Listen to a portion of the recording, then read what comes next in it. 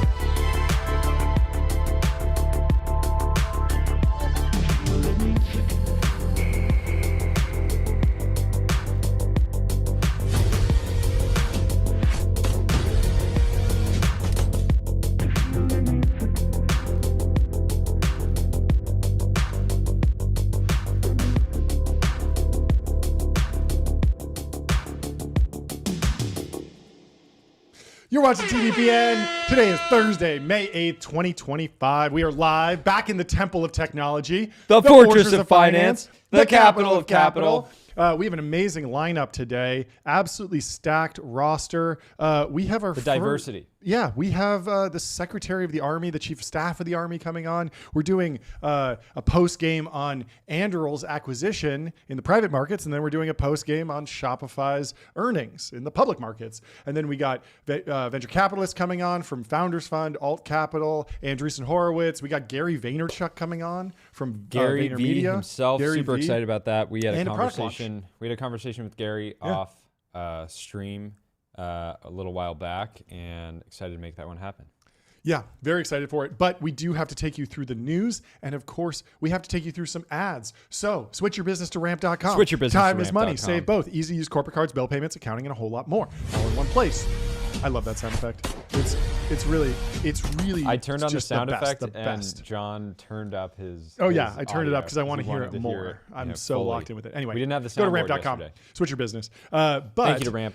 The big news shaking up the tech industry today is, of course, the CEO of Instacart, Fujisimo, is going to join OpenAI Huge pickup. as the CEO of applications. So now they have Maxed out contract. separate CEOs within, as if it couldn't get more complicated Yeah. over at OpenAI. They heard us talk Tuesday. They Yes. said we've got people confused. Let's make them even more confused. Yeah, let's keep it guessing. Keep you guessing. Yeah, I mean, there's so many. It's funny. There's a lot of different entities. You could have Yep. CEOs at different entities. Yep. That's certainly. It's very clear they're not calling it a co-CEO role. No, but she's an absolute legend. She was one of the top executives at Facebook. She founded the Metadora Institute Health Clinic. She's on the board of directors of Shopify, who of course we're talking to today. And she's also been on the board of OpenAI for a while, but now she's stepping into an executive role. She worked at eBay as well as Facebook and Instacart. And if you pull up her post, it's very interesting because May 6th, she was posting about working at Instacart, saying this is Fizz, our new group ordering app for drinks and snacks, launching today. Very cute. Yeah, which was a cool probably launch. a great product, but doesn't quite have the weight as we're building machine god and intelligence is too cheap to meter. Well, she's going to be focused on products, right? Yeah, I mean, if maybe you look this is the I future. saw the Fizz launch, and I was like, "This is a cool, fun consumer product built on totally on the Instacart, existing, and it also has a Instacart partial stack. integration, so everyone can kind of say what they want as they're planning their party. And then things got real when she moved over to OpenAI, which I just feel like obviously it's a fun company. I was noodling on OpenAI ChatGPT all yesterday, making charts, and last night making images and stuff. It's a fun app. But it has weight. You were sleep deprived and spent like 45 minutes hooked. working on one chart. It was so fun. Vibe creating. Yeah, basically a chart. Yeah, it was great. Anyway, Dan Primack has a big question. When is the last time the CEO of a very successful company quit to join another company in a non-CEO role? Well, I can't name one. I bet OpenAI OpenAI I bet O3 can if you search that. Unusual on so many dimensions, and this is an unusual move. But And yeah, it's interesting because the narrative with OpenAI for a long time has been the old OpenAI was this insane lineup, right? Because you had Ilya, you had Andre Karpathy, you had Greg, obviously who's still there, but then you also had Dario and everyone who's gone on to found a foundation model company at one point seemed to have worked at OpenAI. And there was this question of like brain drain almost, like, is it just Sam now? Yeah. But he's put together a new team of founders and executives that are kind of in the same realm as the previous team. And so when you think about bringing over Kevin Wheel to work on product, like he is a founder CEO that took a company public. Like he's a very accomplished business person. And so, it's been interesting to see how this works. But I mean, it makes sense. Like it is like what the most exciting technology since fire or electricity or something like that. Like it's a big deal. It's a lot of fun. And you're at the center of something very important. And I'm sure there's a lot of amazing work to be done. And so OpenAI CEO Sam Altman said he would continue in his role overseeing verticals like research, computes, and applications. SEMO will report directly to Altman, which is very interesting because you would think you would just do like chief applications officer, but CEO of applications is a new term that we haven't seen before. Yeah, it's interesting. As Matt Turk shared earlier, if OpenAI is mostly staying out of the application layer, a promise made to AI application developers, as long as they don't compete on what core models can do natively, why do they need a CEO of applications? Interesting question. I don't know. But you know, OpenAI already has applications, right? Of course. And they're buying. They have several. I mean, like, yes, they try and centralize everything in ChatGPT, but they also have what's the video model? Sora. Sora is its own application. Like it's a web app, but it is its own application. And now Windsurf will be its own application, and you could imagine many of those also. The real interesting thing is there some 4D chess tinfoil hat conspiracy that Instacart rolls into OpenAI at some point? You know, that's very interesting. I don't know. I mean, I think that's a crazy idea, but it is kind of interesting to. I think it's a very fascinating idea, John. Yes, it's all a plan for Sam to control delivery. Maybe. Well, but I don't know. I mean, you could imagine some world where you want to instantiate something in the real world, and you need a human to do that until there's humanoid robots, and Instacart has a huge workforce of humans that can do things, and so you're on operator and you say, I need someone to go do something for me, and use the Instacart workforce. I don't know. AI, the sort of consumer agent, the AI assistant that can do everything has been one of the most exciting promises.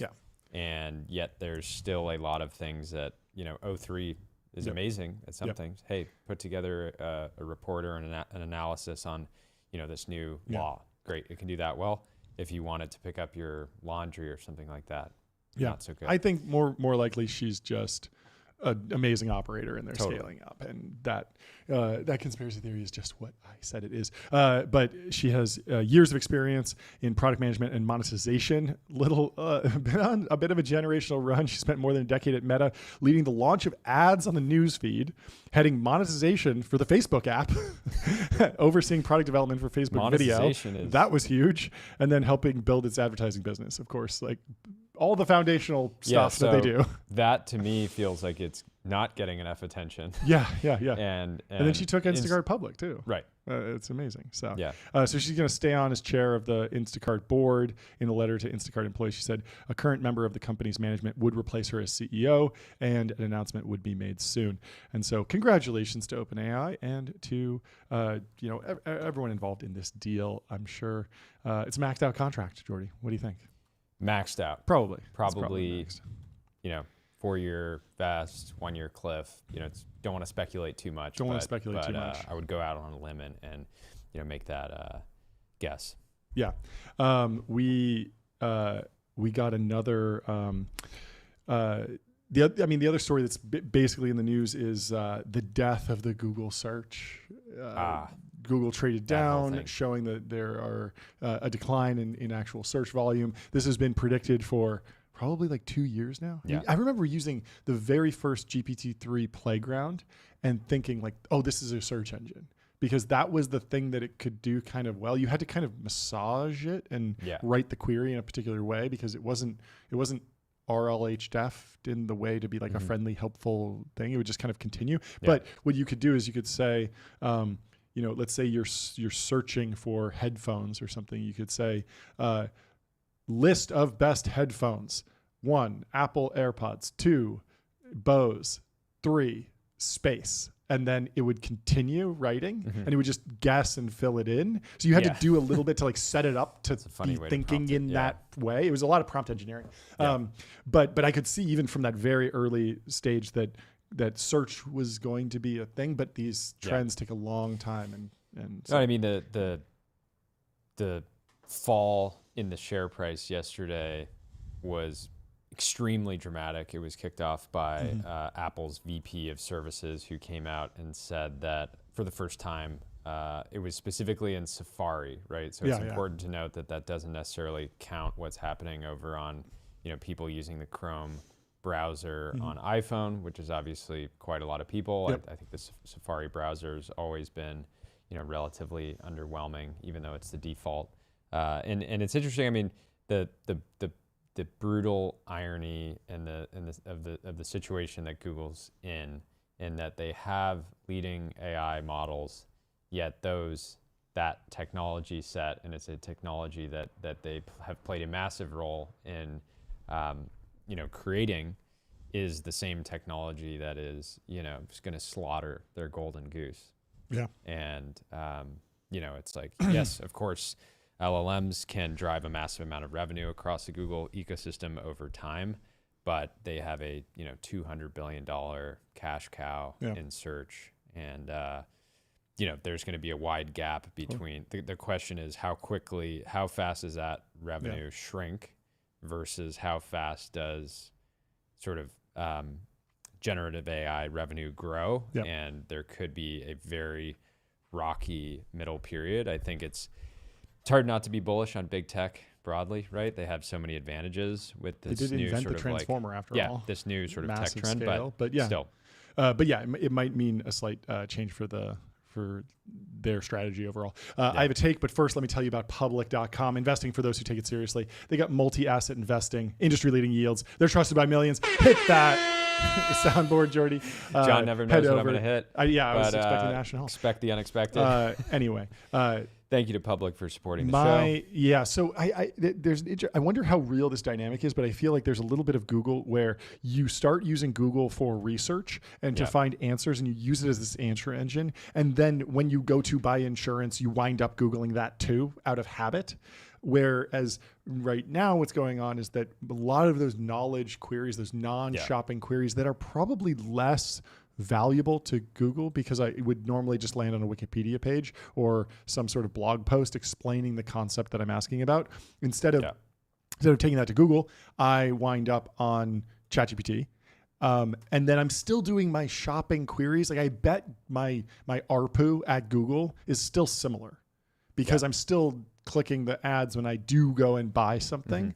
But the fear is that once ChatGPT launches shopping and I have that it's more the default behavior, then they really do lose me as a customer. And so maybe like user monetization is a lagging indicator for Google, which would be it was interesting. Be worrisome. Interesting. I mean, these are sort of different business models. The thing that's distorted around LLMs right now is people are paying for them, right? People are paying $200 a year to use Perplexity. They can get the same information from Google. They can get a lot of the same information from free LLMs. The question becomes, are ChatGPT and ChatGPT-like products going to monetize as well as search? I don't know. Right? I think they'll monetize better. You think they'll monetize better? Almost certainly. The question is, it will have to get to a blend of SaaS and ads, I imagine, right? Oh, totally. Because for you to 100%. to Google search right now, I was talking to Daniel. But not even just that. Also essentially like affiliate fees. Yeah. Because you could imagine that if they cut out an affiliate and you just go to ChatGPT and you say, order me the best shoes possible, and it just does it. Yeah. Like you've cut out 7 different steps, and so they're going to be able to advertise. There's a whole bunch of ways that they could capture value. I just think it's going to take a while, but I don't see a reason why. More data, more knowledge on the interaction. Like even the ChatGPT memory thing, I was working on an image poster, and I had said the name of the title of like the movie poster. I was like, take the Pulp Fiction poster and replace it with a different name. And then I was like, I was not really getting what I wanted. So I started an entirely new chat. And then randomly it was like, hey, do you want me to use a different name? Because it remembered from the other chat that I was working on the same thing. And it was like, okay, yeah, you opened a new chat, but you didn't really open like a new instance of me. And so like you could imagine so many different ways to have just way more context aware search. Totally Will monetize in terms of ads and everything else. First, let me tell you about Linear. Linear is a purpose-built tool for planning and building products. Meet the system for modern software development. Streamline issues, projects, and product roadmaps. Linear.app. It is the tool that we use to run TBPN, and you should use it too. Thank you to Linear. And I believe we have our first guest is here. Welcome to the stream. Hello, welcome. Can you hear me okay? Hey, can you hear me? Yes, we can hear you. Welcome to the show. Thanks so much for taking the time. I'd love to start with kind of an introduction and an overview of what modernization is, what this project is, and what you've been just talking about in the media most recently. Yeah, happy to. So the United States Army is 250 years old. It's older than our country. We're celebrating our birthday this upcoming June. And for the last 30 or 40 years, one of the problems is that the Pentagon has contorted decision-making in on itself, and it's optimized for all sorts of crazy things that have nothing to do with soldiers and warfighting. It's optimized for parochial interests around the country, lobbyist-led, donor-driven, non-warfighting outcomes have driven what we've done for a couple of decades. And so what we tried to do in the last kind of 75 days is work with Army leadership under the leadership of President Trump and Secretary Hegseth and put together a plan that is just rational. And so the plan essentially does four things. The first one is cut, and a lot of these will seem so preposterous to you that this is even a big thing, but it is. And so the first bucket was just to cut obsolete systems that we don't even want anymore and soldiers haven't wanted. And this is the part that should kill your soul for decades sometimes. I mean, we have been buying these things because they've just lacked political will to stop. So mechanistically, what would occur is the Army would say, hey, we want this. And then Congress would come in on top of it and say, you have to keep buying these things for these other reasons. So it's to cut that. It's to then take the dollars that have been saved and fund the things that we actually do want. So if you thought about what modern warfare will look like, you need drones, you need autonomous systems, you need a data layer. We have to pay for that with something. So we're going to use the dollars to do that. There's a third bucket of actions, which was basically we, the Army, have been a terrible customer to ourselves oftentimes. And so we've given away the right to repair our own equipment. So as General George, the 4-star in charge of the Army, and I would tour bases, you'd see these exquisite platforms sitting on the sidelines for 9 or 12 months at a time, where we could 3D print a $2 to $20 part. And we weren't able to do that for ourselves. And so we banned that. And then the fourth thing is, essentially, we just allowed this preposterous amount of leadership to grow in our own formations. And so soldiers join the Army because they want to wear a helmet, they want to get out there, and they want to fight. And we put them in headquarters passing around paper. And so we said, we've got to start with ourselves. We're going to push 1,000 people back out. We're going to get rid of the jobs. And then we're going to repeat these 4 sets of exercises again and again and again until we get closer to right. What have you learned from history and kind of the root causes of these problems? Is it just the end of the Cold War? Is there something about technology and the digital transition? Like, what should we take from the past to inform the future as we look to, it's not enough to modernize now. We want to stay modern, right? I think one of the things we, the Army, have not gotten right historically, at least in the last couple of decades, is looking to the private sector.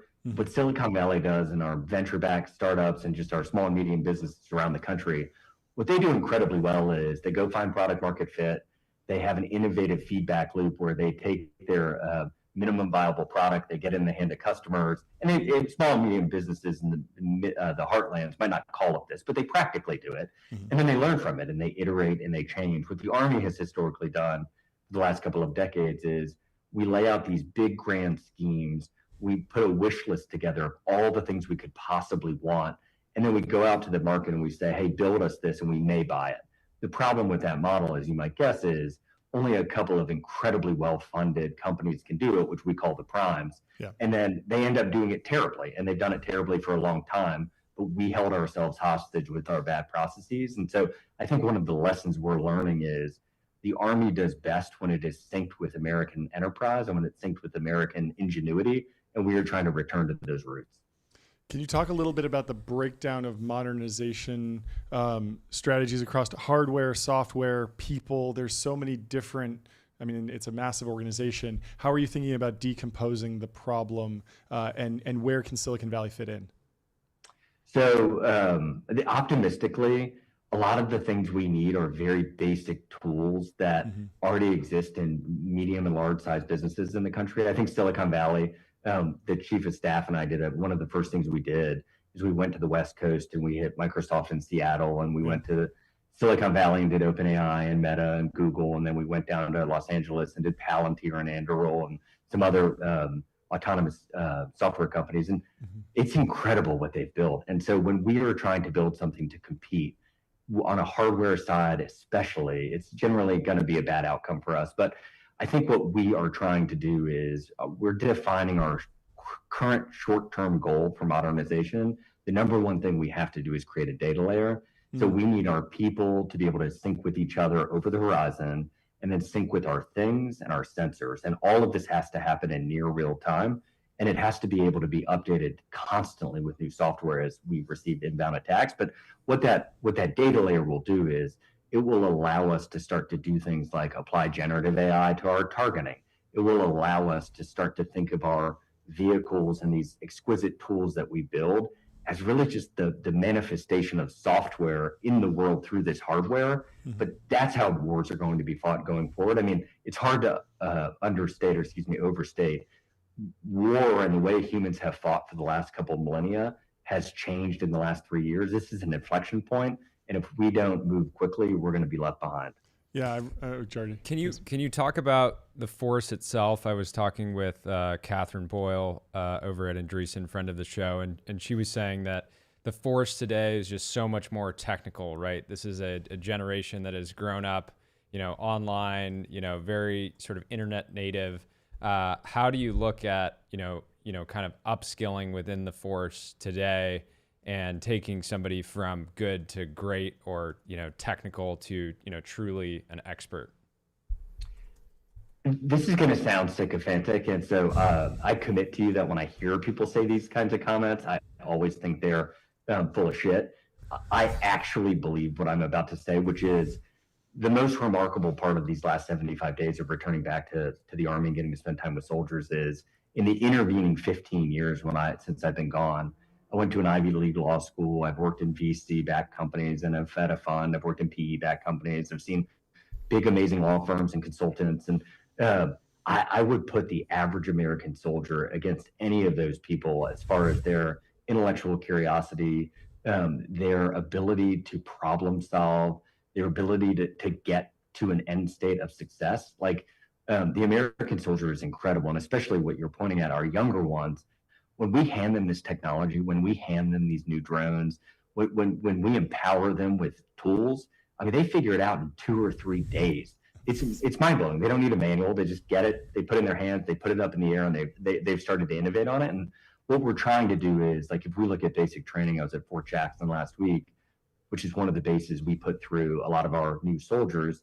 These soldiers were civilians 5 weeks ago, and we're running them through drills where we're putting up drones. They're learning how to think about top cover. And then when they finish this exercise, they go and review the drone footage to see what could a drone see. And I mean, it has been amazing, the kind of lessons and what we're taking away from somebody who has 5 weeks of experience, much less the other 1 million soldiers that we have. It is a group of people that are just ready for the challenges ahead. How are things changing on the recruiting side? The Army is obviously, struggled over the, past, call it, 5-10 years around recruiting. And I can imagine, showing how you guys are modernizing is a great first step to be like, there's changes happening, we're innovating. This is a place to come and be part of an organization with real positive momentum that's adopting technology. I mean, it's such a massive change. Is that an intentional part of revitalizing, and strengthening the recruiting process?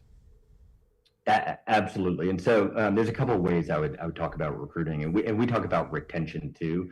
So how many soldiers decide to stay in? So the first thing I would say, and again, very sincerely, the leadership of President Trump and Secretary Hegseth has created a culture that is a return to excellence and a return to lethality that was kind of the vast majority of the Army's experience or existence. And people want to be part of that. They want it to be harder. Like it's not about the stuff that they get for joining the Army. It's about what the Army can make them. But then so that's qualitative remark. Quantitatively, what we've seen is kind of on the front end demand to join. We are killing it. We are up in nearly every category and nearly every geography across the country. Male and female, we're up this year. And so we're really excited. And we think a lot of that, to your point, is the storytelling. But our retention is incredibly helpful for us to look at too, because to us, that's the trailing indicator of how we're doing. Totally. And it is the soldiers that actually see us and are part of this and are reading what we're doing and are living this life. How are we doing there? And we're excited to announce we hit our 12-month goals 6 months into this year. And so all of that makes us pretty optimistic. On the topic of kind of the actual fighting force, is progress in technology or artificial intelligence playing into how you think about the scale and size of the actual humans in the Army over the next few, I don't know, years or decades? Because in Silicon Valley, we're hearing stuff about job displacement or, a single company run by one person because they're so augmented by artificial intelligence. I imagine that a lot of folks in the Army are just excited to use these tools to be able to do more faster. But what has the response been on the ground? So I think about the Army. We think about it, General George and I and the rest of the leadership team, as two kind of fundamentally different things. Mm-hmm. One is a large enterprise system. It's a large enterprise business. The other is a war-fighting killing machine. Mm-hmm. On the large business side, one of the things we've been able to do is like our recruiting command. This may seem very basic to you, but it's hard to overstate how important this is for us. Instead of building proprietary software, hiring some developers, creating a new tool for how we, the Army, existed in the past, and then having to maintain that in the future with a bunch of other siloed tools. What our recruiting command did is they moved on to Salesforce, and then they changed how we recruit people to match what Salesforce already had in its out-of-the-box solution. And so, and then we've tweaked it a bit. Yeah, of course. But we're seeing just these incredible leaps forward as how we manage the Army as a business. And then to your question about like the warfighting function, I think what ends up happening a lot of times is people are trying to be intellectually weak, let's say, in answering that type of question. And so what they focus on is things like end strength. And then, so they'll say, we're going to go to battle for the number of soldiers that you have. And the Army will say, we need more. And Congress may say, we need less. And the Navy might say, we need more. And that's not actually the right way to think about it. The right way to think about it is, how many soldiers do we have with helmets on that can go be the fighting force that we as a nation need? And so one of the things we focus on a lot is what can we outsource to technology once we create this data layer? What can be done by generative AI? Mm-hmm. And then what can we do with those soldiers to push them forward? And then how many of those soldiers do we actually need that can squeeze triggers or push buttons and kill on our behalf? And so the long-winded answer is, I think what General George would echo too is, don't know what the exact number is. We think we're at about the right where we probably wouldn't cut a lot, but our goal is to push more people from doing kind of like the useless shit in the office and push them back out to the field. Makes sense. How would you grade a lot of our listeners are in the technology and venture capital community, Silicon Valley broadly. How are we doing as an organization, as a community? Are we stepping up enough? Obviously, there has been this massive vibe shift. Anduril, part of that. Palantir, part of that. American Dynamism and Andreessen Horowitz, part of that. But are you seeing what you want to see from the technologists in Silicon Valley? Is there more that we could be doing? If so, what? I think what you should see is by General George and I coming on your show, we want you and need you. We are inviting you in. We are inviting that community to come help us. One of the things that we've seen with Doge, aside from just the cuts and the headlines and everything that kind of people want to write about more often. What's actually really valuable about having Elon and his team here is they push us to think, is that a first principle problem? Is that a problem of gravity? Or is that a human created problem? And taking that lens to a lot of these, what you realize is I, the Secretary of the Army, my pen stroke can fix a lot of things. Secretary of Defense Hegseth's pen stroke can fix a lot of things.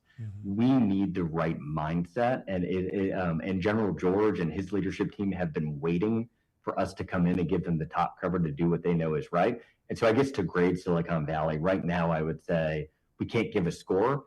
I think a lot of the Palantirs and the Andurils had to take a beating over a number of years just to get in. We are trying to open the door up to get more in. And what I would say is what we need from Silicon Valley and the VC world and private equity, if it's already starting to scale, we need you to look at what we need in our future wars, and we need you to help us build it.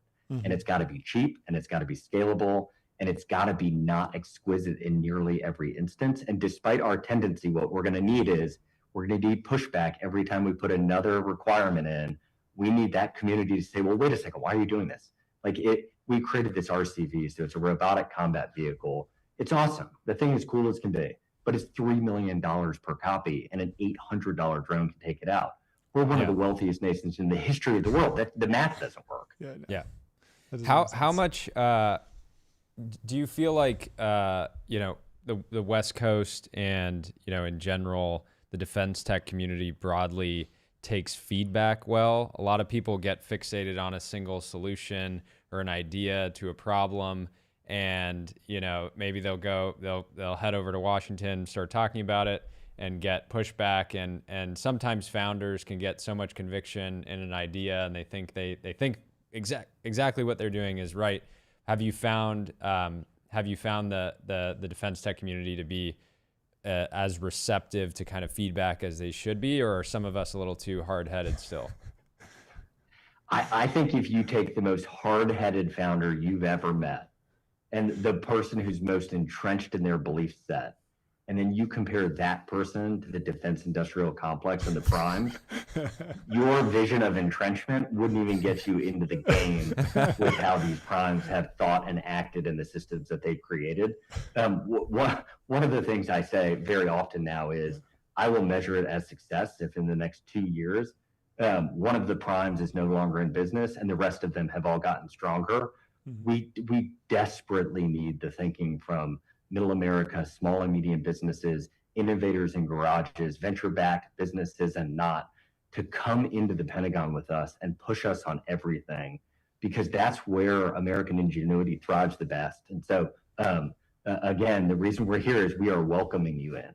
Yeah, that's fantastic. That's fantastic. I've one last question, then we'll switch over. Are you seeing enough from the parts of the financial market outside of Silicon Valley? For a long time, certain large pension funds couldn't invest in defense technology. Obviously, we're very excited about the venture-backed defense tech ecosystem, but there are transformations that should happen maybe in the public markets. Even though I'm rooting for the startups here, let's make our primes great also. Are you seeing movement there? Is there the same type of energy in the public markets with the really big companies that maybe you're seeing in Silicon Valley? I would say that they will be slower followers is my guess. I think that they have typically been able to withstand these little bursts of energy that happen at the transition of an administration. Sure. Their incentive structure, I think, has been in these moments when you have General George on. Yes. We just testified yesterday to the House, and we get yelled at by whomever the congressman or woman is about whatever the parochial interest is. I think the primes have had the tendency to double down on lobbyists. They've had the tendency to pull down the hatches and basically say, we're going to weather the storm. And so what I think they're misunderstanding about this moment in time is President Trump's and Secretary Hegseth's tolerance for pain to do the right thing on behalf of the American soldier, I truly believe is different and unique. And my best guess is that they will start to realize in the coming days, weeks, and months that they are going to have to adapt and change or die.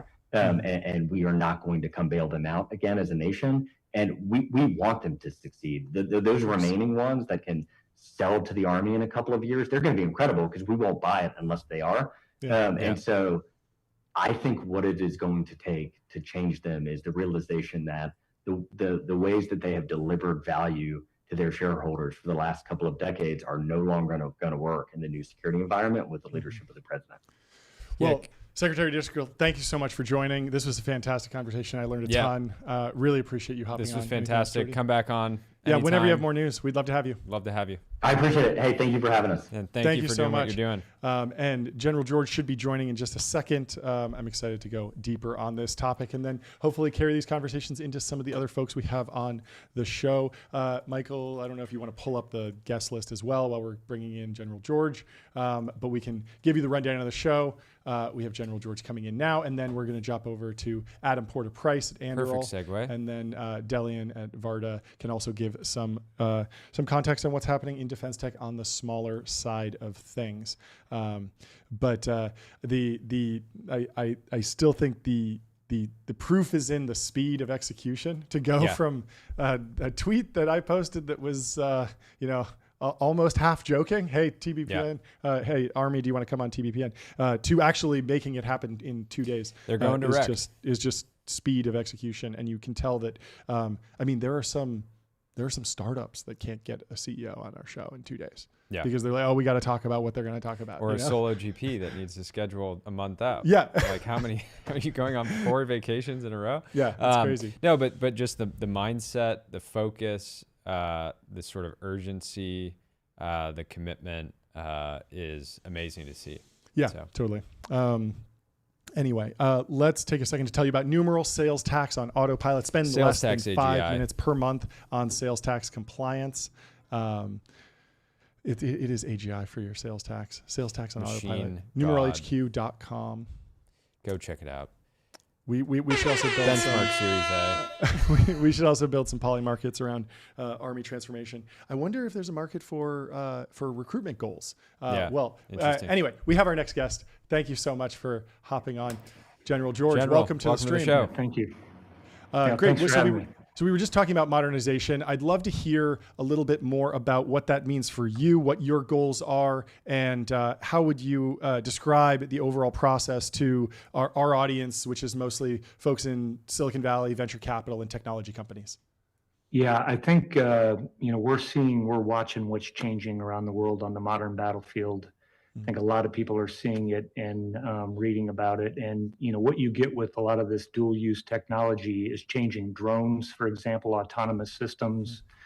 What we have been doing over the last year or so is actually transforming our units. We're going to have to change how we train and operate.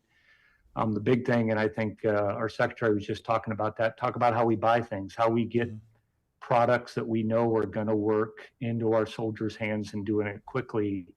I think the biggest change that we're trying to do is actually getting, the engineers that you guys are familiar with out inside of our formations, seeing the problems that we're trying to solve and help us solve those problems directly. So we're trying to get rid of all the middlemen that we have normally have had in our process. I was reading Mike Gallagher's Wall Street Journal op-ed, Bring Warriors Back to the U.S. Military. He advocated for something he called shifting tail to tooth, talking about urging the Pentagon to redirect money and manpower from headquarters bureaucracy to actual combat units. Is that an important shift? And what does that actually look like, empowering the warfighter to make a decision to buy something that seems like antithetical to the way we've been operating? Yeah, well, we always put things in terms of, we have a budget. It's our job to get the biggest value out of that. Yep. Headquarters aren't going to win. It's our soldiers that are out there, fighting, and we need to put every resource that we can into those. So we're cutting higher headquarters. We're cutting GO positions. We're, closing some of that down so that we can really focus. And I know our secretary and I talk a lot about getting helmets back out inside of our formations, and that's what we're really focused on. So we're cutting our headquarters here in DC, whatever we can do to thicken our formations, make sure that we're growing the capability that we know we need. Can you talk about how you're thinking around planning and urgency as you guys have a sort of monumental task to modernize the force, and you guys are making great progress against that, but at the same time, this is a multi-year project. How do you think around kind of pacing and pushing your leadership as well as the force to move as quickly as possible? Yeah, well, the biggest, our soldiers have no problem moving at speed. We've shown that. You get that out there, they can adopt this technology, they can do it quickly. The problem we have is the closer you get to DC, that's where the challenge is. And so again, I think cutting some of that out, the secretary talked about, I'm sure, about being data centric and what we're doing, to understand, what's happening inside of our formations, automating our business systems. There's just a lot of things we can do. We can go fast, and there's a lot of things that we can do to adopt commercial tech out there. We're buying things that are modular, open system architecture that work with us. We have bought drones for the most recent brigade that were updated from the very first unit that we fielded some of the drones. So I think we have to buy things differently, and I think we can go faster, and that's our focus. Can you talk a little bit more about that digital backbone? I'm sure there's incredibly advanced things that you can do with artificial intelligence once data's in one kind of centralized location. But are there still systems that we're moving off of paper? And just like, can you talk about the balance of working on the latest and greatest while still, tackling the nuts and bolts of just a version one of a digital transformation? So one of the things for us is we're calling it next generation command and control. Mm-hmm. And you can envision we have a bunch of these disparate systems. Each of them have a vehicle. There's several different radios, and we're collapsing all of that to you're basically, leaders are going to be out there with a tablet and apps. So you got an application that does airspace management. You got an application that can help you with lethal targeting, and that's where we're moving towards. That's on the tactical side. We're doing the same thing on our business side, and really we need to collapse all that together. I mean, I don't ask for, the days I think of asking for information papers and asking for information are over. I mean, I have a smart board in my office. I have I just don't do that anymore. I can go click on anything that I need to know inside the Army and have that, have that data at my fingertips. And we just got to train all of our leaders. Like I said, that has to be business from top to bottom. Our soldiers have no issue. That's how they've grown up, and they are very comfortable in that space. And we got to make sure the whole process from top to bottom is operating like that. Is this modernization effort, I imagine that it will have knock-on effects in recruitment, but what are the other messages that you're sending going forward around recruitment specifically? Well, we're doing great. I think we're closing in on like 95% of our recruiting mission. We have some of our biggest months that are coming up. I enlisted in the Army right out of high school. What people come into the Army, they want to come in and do their jobs. And again, that gets to, cutting out the excess and, folks at headquarters and doing those things. And so we're trying to eliminate anything that doesn't allow them to completely focus on their jobs. The other thing that I consistently hear from soldiers when I'm out there is that they know we need to transform. They want to transform faster. And so I think we owe them that. And that will make a difference too. They want to come in to a modern, transformed Army, and we can do that quickly. I'm confident of that. What kind of, historically people, on the West Coast and in San Francisco or working in the tech industry generally think about, serving the country by maybe joining a defense tech company. And if they're an engineer, particularly, they want to oftentimes work on, technology in the private markets. What kind of opportunities do you guys have in the force that you're really excited about recruiting for that maybe people within the tech community aren't thinking about as opportunities today? So we are reaching out, and I hope here next month we got a bunch of folks that we want to bring in. There's so much talent out there, that they have an opportunity to serve. We have some of them that on the Army birthday, we're going to swear them in, that are engineers, technologists that can serve in the Army Reserve. They can help us and still be a part of their companies. On the other side, we want to be very open. I mentioned the transforming and contact. We're having engineers that are coming out with our units, seeing how seeing the problems that our soldiers are trying to solve in the conditions they're trying to solve it, whether that's, the heat out in the Indo-Pacific. We had engineers with us over in Europe. And I just think we need to be more open and inviting and getting those folks in, because we got a lot of innovation out there and we need to just make sure that we're tapping into all of it. Last question, and we'll let you go. A lot of early stage defense tech companies, they don't always have the opportunity to go run a large scale pilot with the Department of Defense or the U.S. Army on day one. Some of them are getting experience in Ukraine, for example. Is that an effective path to pull some data from a Ukraine experience as a startup and then use that as a case study to make the case that the U.S. Army should at least demo what they're building? Yeah, I mean, we've taken a lot of that. We're collecting a lot of that. And again, we are creating our own environments. If you go to any of our combat training centers, sure, we have that out there where we have jamming. They're going to have to face the electromagnetic environment that we can replicate to do that. So we're doing that at our combat training centers. We're doing that at home station training. So again, just getting these companies, and that's what we want to do. We want to invite them in, and we're doing that. Next week, I'll be down at our Joint Readiness Training Center, and we got a whole bunch of new companies that are coming in there, showing us the systems that we have. And again, this gets back to being agile in our funding. And the secretary and I talk a lot about, we want these small companies that are very innovative, involved in what we're doing and building products for our soldiers. That's fantastic. Anything else, Jordy? No, this was great. Thank you so much for taking the time. We really appreciate it. And thank you for all that you do. What you do. Yep. Thanks for having us on. Appreciate it. Have a good it. rest of your day. Cheers. Bye. Talk soon. Super helpful perspective. Yeah, very interesting. And honestly, it's always a bull signal to me when people in any type of leadership position are willing to go out and be on the media, the front lines of the media, telling their story. We've seen, I want to go ask every drone company we've talked to, like, hey, have you actually taken the Army up on their offer? They have electronic warfare test sites. Are you there, or are you just building CGI renders? What's going on? Are you actually out there on the test sites getting shot down by the U.S. Army?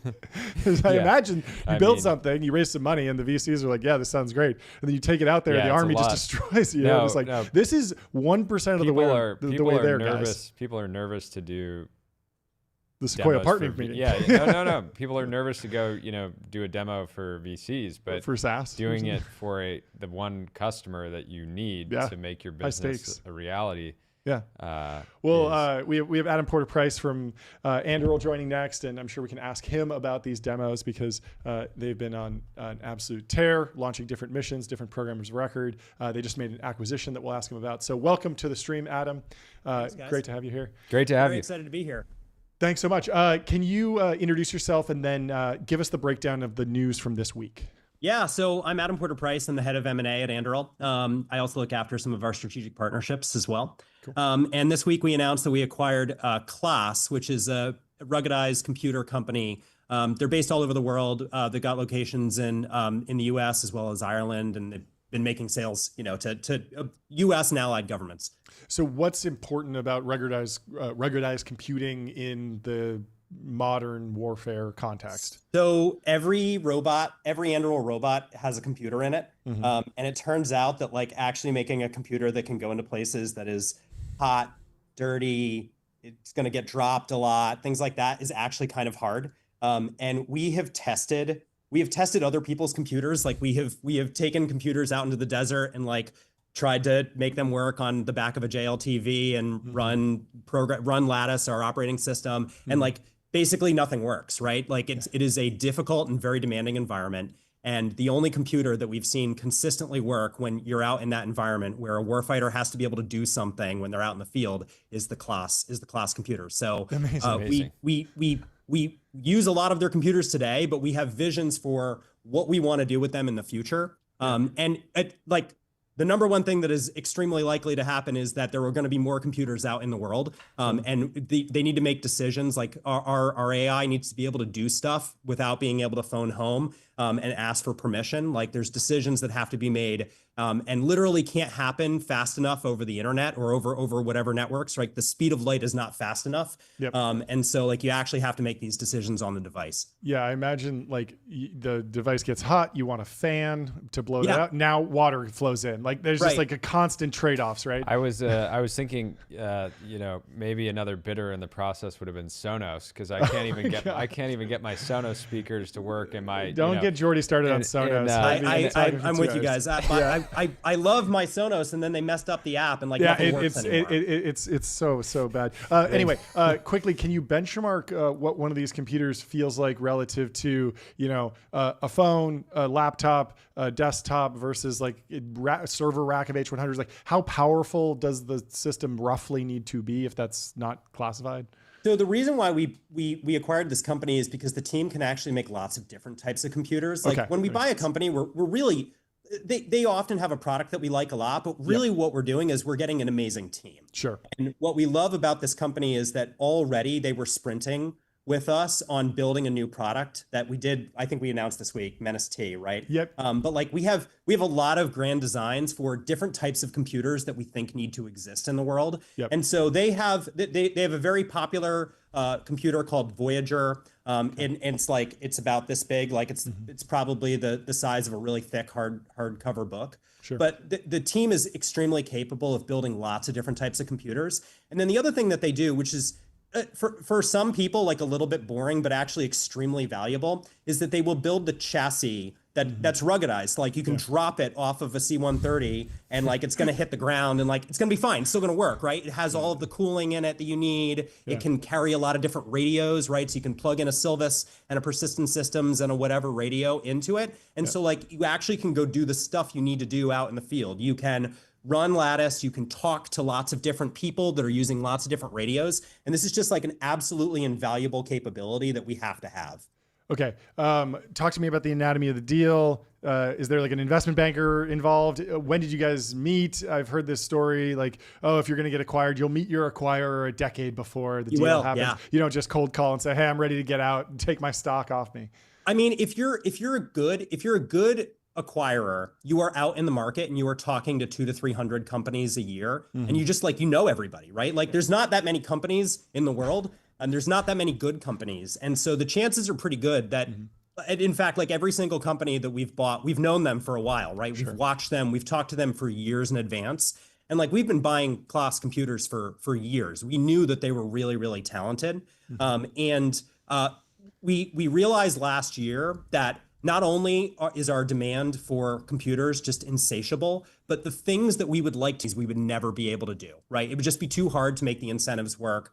And we never buy a company that's for sale. Like we always make them for sale. We go find them and we ask them like, will you, we think that there's two paths, right? There's a path where we're separate companies and we do things arm's length, or there's a path where we are one company and we are able to move much faster together. And in every company we've bought, that's the route that they've chosen, right? So we've been working on this since last July or August. This is how long it takes. It takes 9 to 12 months to buy a company like this. The line that stood out is that we don't buy companies that are for sale, and I wanted to highlight that because I believe there's a sentiment in the defense tech community that's, I'll kind of butcher. Who cares if I raise $200 million? Andrew will buy me. No, it's like, shoot to be a new prime, and even if I miss, someone will buy me. I'll just run a process, and I'm so talented, or So I want to know, what is the state of like the market, the M&A market broadly? And the thing I wanted to specifically highlight was a lot of teams look talented on paper, but if you've raised and been working on products, even if you don't care that much about the products they built in the past, you're still going to be hypercritical because the real resume is like, well, what have you built with $10 million? What have you built with $50 million? What have you done?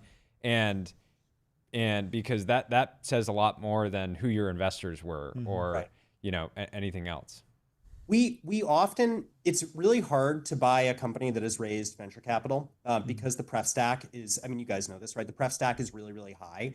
So, and our expectations when we buy a company is that we can like 5 to 10x revenue in 3 to 4 years, right? So you really have to have conviction that when you're paying what we would pay for a company, and we pay in market multiples, like we can lean in on some things, we can be flexible in a way that I wasn't able to do when I was doing this in more traditional companies. But like we're not crazy, right? We pay like what a fair value is for a good company. And so we can lean in a bit, but if somebody goes out and raises a couple $100 million, like the outcome that they have to have in order for their investors to be happy and for the common to have a good outcome is really, really high. And I actually think that the ceiling on like a YOLO, like let's just do this and be legends acquisition is like $300 or $400 million. Like when Boeing acquired Liquid Robotics a couple of years ago, that was a company that they had invested in. They were a little bit bailing out the venture capital arm because the VC arm had invested in it. And so like big Boeing was like, all right, well, we want to own this. And I'm certain that I think they paid about $300 million for it. I'm certain that was 10x forward revenue. I don't believe that they ever hit that 10x forward revenue number, but like I actually think that is basically the ceiling that a traditional buyer can be like, yeah, let's just rip it, right? Above that, the board gets involved. There's actual valuation math. Like people start to look pretty critical at it. And so for like a traditional buyer, I actually think that that's the ceiling. And like, we're not stupid, right? We don't make dumb decisions about acquisitions. We don't just like rip it because it would be cool. And we're helping somebody out, right? Like we're pretty careful with how we value companies. Yeah. So you've talked to, 200 or 300 companies in the defense tech space. I'm sure some of those have raised venture capital every year. How are these companies being built without venture capital? That seems very counter to the narrative. Everyone says, oh, I need to raise so much money because everything's so expensive. I got to hire all the engineers and pay for all the drones I'm going to blow up. But yet companies are doing it. So something must be, unspoken. It takes them longer time, right? Sure. But what you'll find is though that they just make decisions that you make when you have to be cheap and cheerful, right? You have to like hustle and you have to figure out a way to do it. And so like a lot of times when we find companies, they've just found a really clever way of doing something that allows them to get their product out. And like all of these guys are hustlers too. All these men and women who run these companies, like they move, they're hustlers. Yeah. They are good at running their companies. And like, that's why we want to own them. That's awesome. Do you expect more competition from primes on the M&A side in, call it 2-3 years? Like it seems like right now they're asleep at the wheel. And to be honest, I don't think a lot of talent would be like, oh, I want to be the talented team to go join the non-talented team.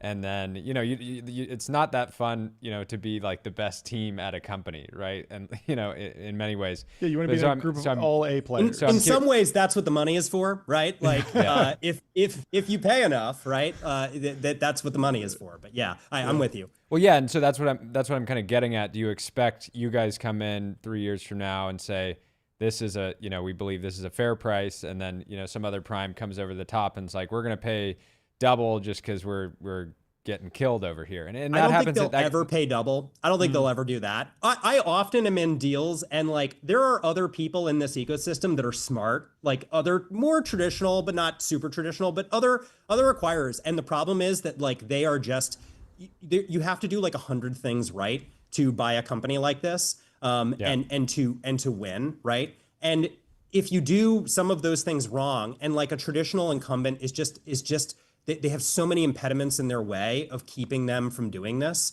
It's not just like finding a good company. It's not just showing up and saying like, we want to pay a lot for you. There's so many other things that you have to do right in terms of taking care of the team, committing to investing in additional products in the future. And so like, I think it's actually pretty hard for them to do. And I used to work in a more traditional acquisition environment, like M&A environment. I know what this is like. It's really hard for them to do. Yeah. Well, this is awesome. I know you have to get out of here. It's 11:29. We will talk to you soon. I'd love to have you back. We could go way deeper. I'm sure there's tons of people that would learn a lot from what you have to say. So thank you so much for joining. Thanks, guys. We'll talk to you soon. Bye.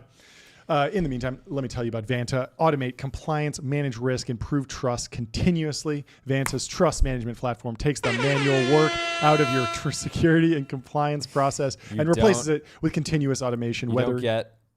You don't get air horns and Yeah, no, not in your average Vanta read. You've probably heard them on other podcasts, but only our Vanta reads have the air horn. Right. Whether you're pursuing your first framework or managing a complex program, go to Vanta.com. Anyway, we got Delian coming into the studio.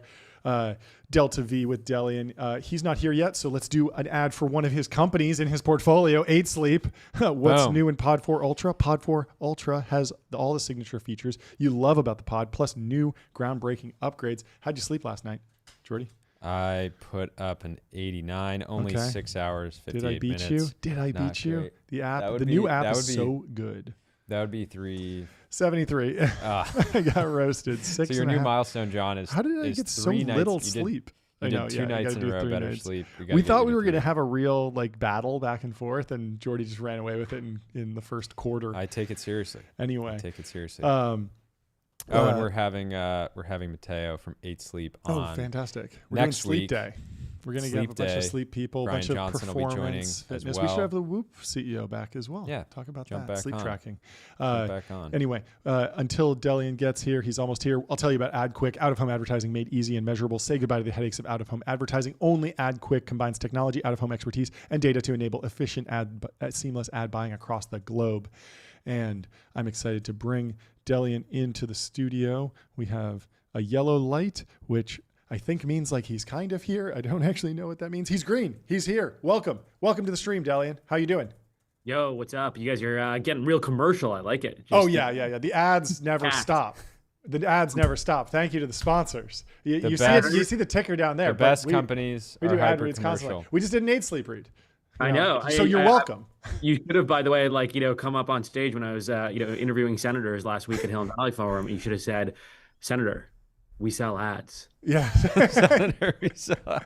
You remember we did a talk at Hereticon. Oh yeah. We ran a ramp ad during the talk. Yeah. Wow. Yeah, I think they paid us a couple $100, which was the highest CPM ever paid for any ad ever, I think, because there were 50 people in the room. But, it's like a $2,000, $10,000 CPM, but it's a lot of fun. Anyway, let's talk about modernization, Army modernization.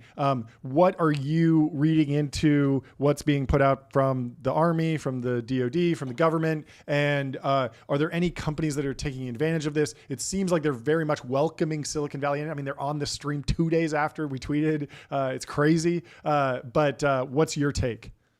Yeah, I mean, huge cultural shift. If you look at the sort of various branches and how they're known for sort of adopting next generation technologies, at the tippiest of the spear is basically the Space Force, sort of subpart of the Air Force. Mm-hmm. Then next year, traditionally, sort of thought of as the Air Force, then Navy, and then typically Army is more of a thought of, I guess, as a sort of laggard in terms of really sort of pushing the fold on tech.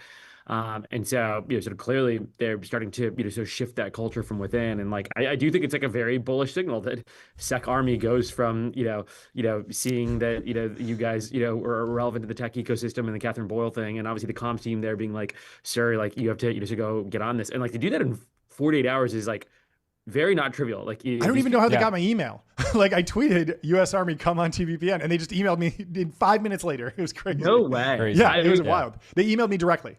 It's amazing. Yeah. I mean, look, I think there's, sort of a lot of, sort of changes and chaos from the new admin. Yeah. And, I'm seeing this at a very tactical level with sort of portfolio companies where Totally. it's they're going from, we talked about this plenty of times, but continuing resolution, reduce budgets to, okay, there's now this reconciliation bill that's, sort of coming in, but then Congress has to go vote on it. And there's already talk of well, maybe they're not going to be super pleased with that reconciliation package in Congress and pass it all. And they're maybe already talking about a fiscal year 26 continuing resolution. So to extend the, sort of current budgetary environment. And so you're seeing that, sort of volatility, sort of show up within individual program offices where there is a little bit of sort of retreat to safety of the, sort of pre-existing, sort of programs, pre-existing, sort of contractors, et cetera.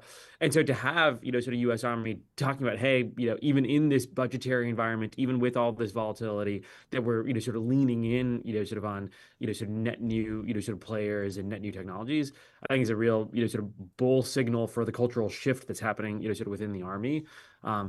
You're seeing that, sort of some amount within other, sort of branches, but there's sometimes pushback too. I'll give an example that I thought was really interesting. Yesterday, I'm forgetting the exact official. I think he was like a major general, I want to say, within the sort of Space Force. I'd have to sort of look up the headline, but he basically sort of went on stage at a space conference, not Space Symposium, but another one. Anyways, this was like 2 days ago, and basically was like, look, I have a lot of people that keep pitching me on like orbital refueling. We've even funded some orbital refueling companies. I don't think that this gives us any significant advantage anytime soon. The time where this will be relevant to the warfighter is when there's probably a significantly larger number of Space Force satellites up in orbit to justify this. But that's not going to be anytime soon, and is probably a decade away. And so it's kind of interesting to see these like sort of in some ways like counter to what you'd expect. You think Space Force like bleeding edge, adopting the sort of newest technologies, and you have like a major general saying like, we don't think refueling technologies are particularly, sort of relevant. And so indicating, hey, maybe the tech ecosystem is like pushing too hard on next generation capabilities before it's relevant. And then you have the Army, which is thought of as being a little stodgier, being like, we want next generation capabilities. People aren't pitching us enough on, sort of this type of stuff. Yeah. So yeah, those are two, I feel like, people are reversing seats. Yeah. I mean, at the same time, I feel like the story with the Army was interesting because it wasn't just like IVAS, which is obviously this like debacle that took 30 years, never really got anywhere. Now it's in the hand of Anduril. You can imagine that when Anduril shows up and is like, hey, we're ready for you to buy this, it's going to be pretty good because it's in Palmer Luckey's DNA. And I think he's just like, the ego of messing that up would not allow, he would never ship something that doesn't work. Right. But then we also heard that he was like, oh yeah, one of the tech companies that we visited was just Microsoft, because of course we need databases, we need email, we need Excel sheets, probably all these things. And I'm wondering if there will be a next generation. OpenAI was one that he called out as, hey, we get all this data, we can drop LLMs on top of it. And I wonder if there will be kind of a second wave of defense tech where enterprise SaaS companies, as much as we like to joke about, like, let's put the government on ramp, like it really might happen. And there's going to be all the, that was something I wanted to ask for recruiting. Yeah, that was something I wanted to ask, but we didn't get a chance because we only had it like 10 minutes or so with each. But is there not enough founders in defense tech doing non-kinetic, non-sci-fi, sort of boring, just like effectively, the modern CRM for XYZ, So and who was the founder we had on that was doing supply chain logistics management? Rune. Yeah. That's one. Yeah. So Delian, what are you seeing in terms of non-defense tech startups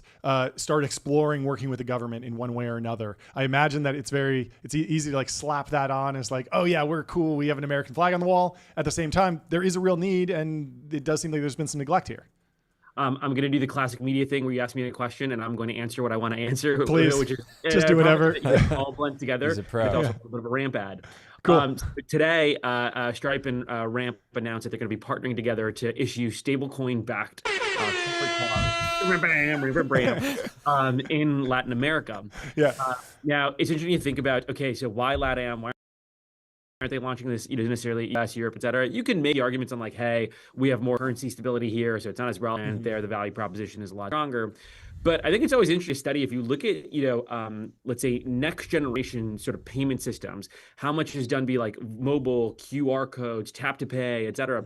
You actually see that some of the more modern infrastructure is actually in more of the laggard countries because they don't have this sort of pre-existing, let's say ACH, wire systems, et cetera, that have been built up over the course of a century. So it makes it harder to fully adopt and switch over. Whereas like in Africa, if you look at like mobile payments, QR codes, et cetera, the like speed of transaction, it's actually like faster and better and lower fee there. But it's because there was no sort of pre-existing, sort of infrastructure or innovation there. They sort of leapfrogged us. You can kind of make the equivalent greenfield.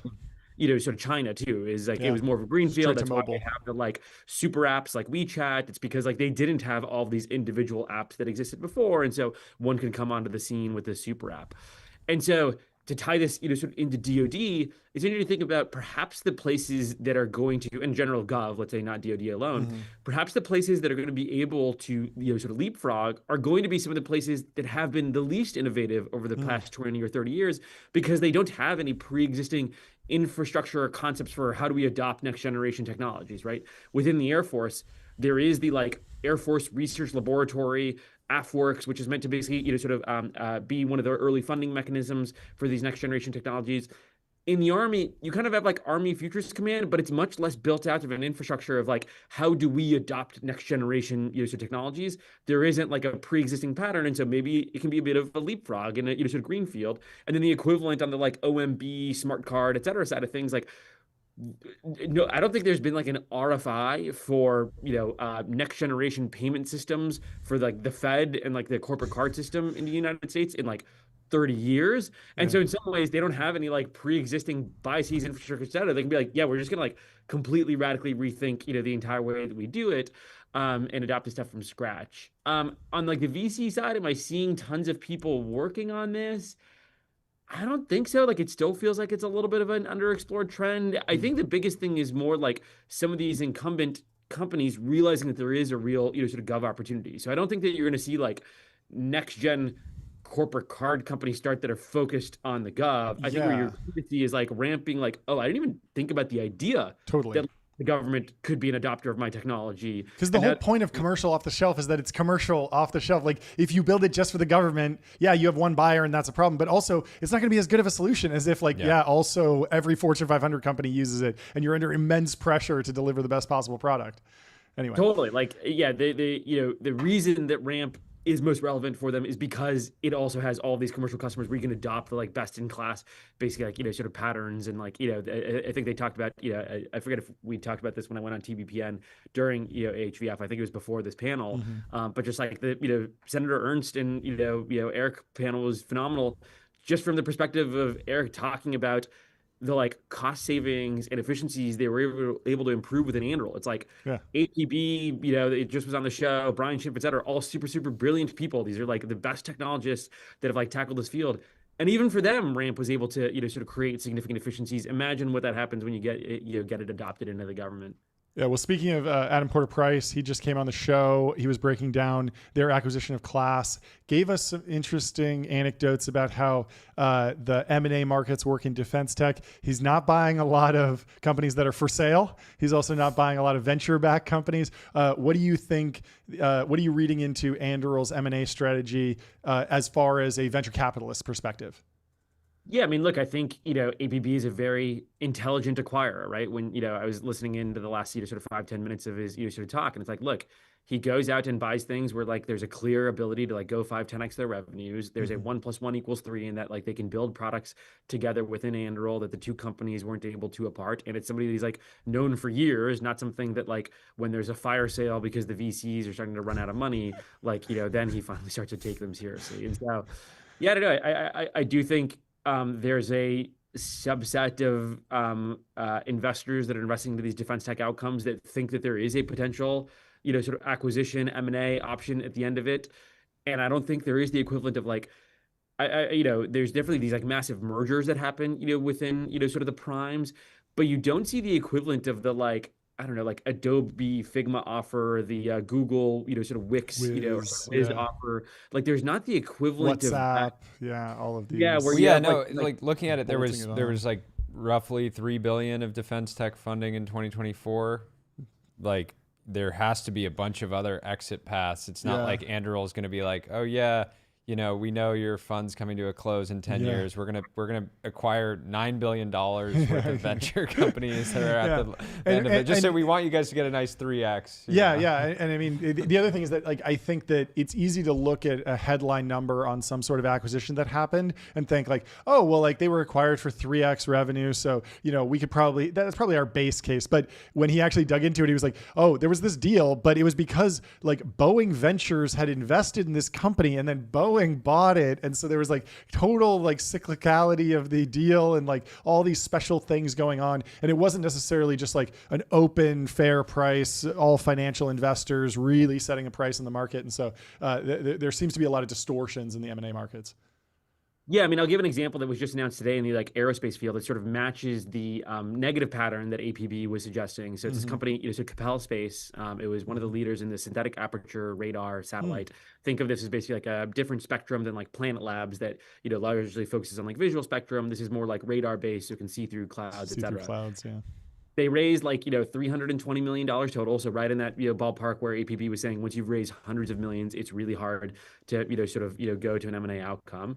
The company was around for like 12, sort of 13 years. In 2022 or 23, suffered a handful of setbacks. Both like they had propulsion issues that made some of their satellites end up deorbiting a little more quickly. They unfortunately went on a rocket that ended up having a launch failure, and so that basically satellite went down. Founding CEO ends up having to sort of resign, and company just sold for what looks like sort of 320 million, even though the basically sort of preferred stack was 315. And it sold to this like I forget the name of it, but it's like quantum fund or it was like some quantum related hedge fund that is going to start using their data for sort of hedge fund trading and then try and develop some solutions on it. And so it's like interesting. Look, that it basically turns into effectively like a sort of 1x outcome for all the investors if you're selling for your sort of pref stack. And that's sort of like truly the best case outcome that you can sort of get when you're called 7 years in. Probably, I assume, flatlining in revenue, still significant, sort of burn. There aren't any obvious like large DoD programs that they were, sort of scaling into. And then you have this like counterexample that one of their competitors in the Los Angeles area, Umbra, that has sort of raised less, but I think has taken this much more. I don't know deeply the company's numbers, et cetera, but my just sense is like they've just been way more sort of capital efficient, and they're taking a longer time to sort of build up, but they're doing it in the way that sort of gives them an outcome on the other side where I do think if need be they could get acquired, and if not I think they can probably run it for a pretty long period of time just on sort of revenues and cash flows. And so I look at like the defense tech ecosystem, I'm like, man, people are raising large amounts of money and they think like, oh, if I take the Silicon Valley approach of like burn fast, grow fast, et cetera, there will be like a whiz-like outcome on the other side potentially. And it's like, no, like the sort of M&A space here is like way more constrained, because unlike Google or like let's say like Facebook acquiring Instagram back in the day, there's much less of this like competitive threat by next generation players that grow really fast. There's just like not that equivalent dynamic where like you're going to get sort of bought out even with like relatively limited progress. You're only going to get bought by like these very sort of rational buyers. Not to say that like Facebook's sort of acquisition of Instagram was irrational in the long term, but in that moment it looked very irrational, right? Like it was a deeply irrational purchase according to like traditional purchasing sort of frameworks.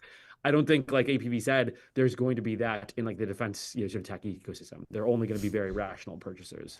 Yeah, staying on I don't know, cameras in space. I was talking to Kevin Wheel from OpenAI, formerly Planet Labs, about observation in VLEO. And he was saying one of the challenges is that orbital refueling and maybe the fact that it's farther away than we think.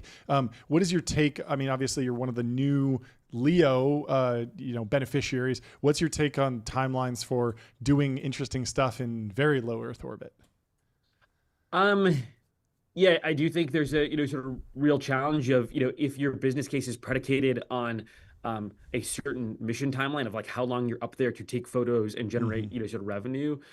Yeah, there's definitely some interesting folks. Albedo Space is trying to build these very like dense and somewhat aerodynamic, sort of satellites where they're trying to, sort of close this gap between like, hey, if we're lower, we like have slightly better, sort of imaging quality. And if we make this thing somewhat aerodynamic, then we don't, have as bad of like a, sort of deorbit timeline.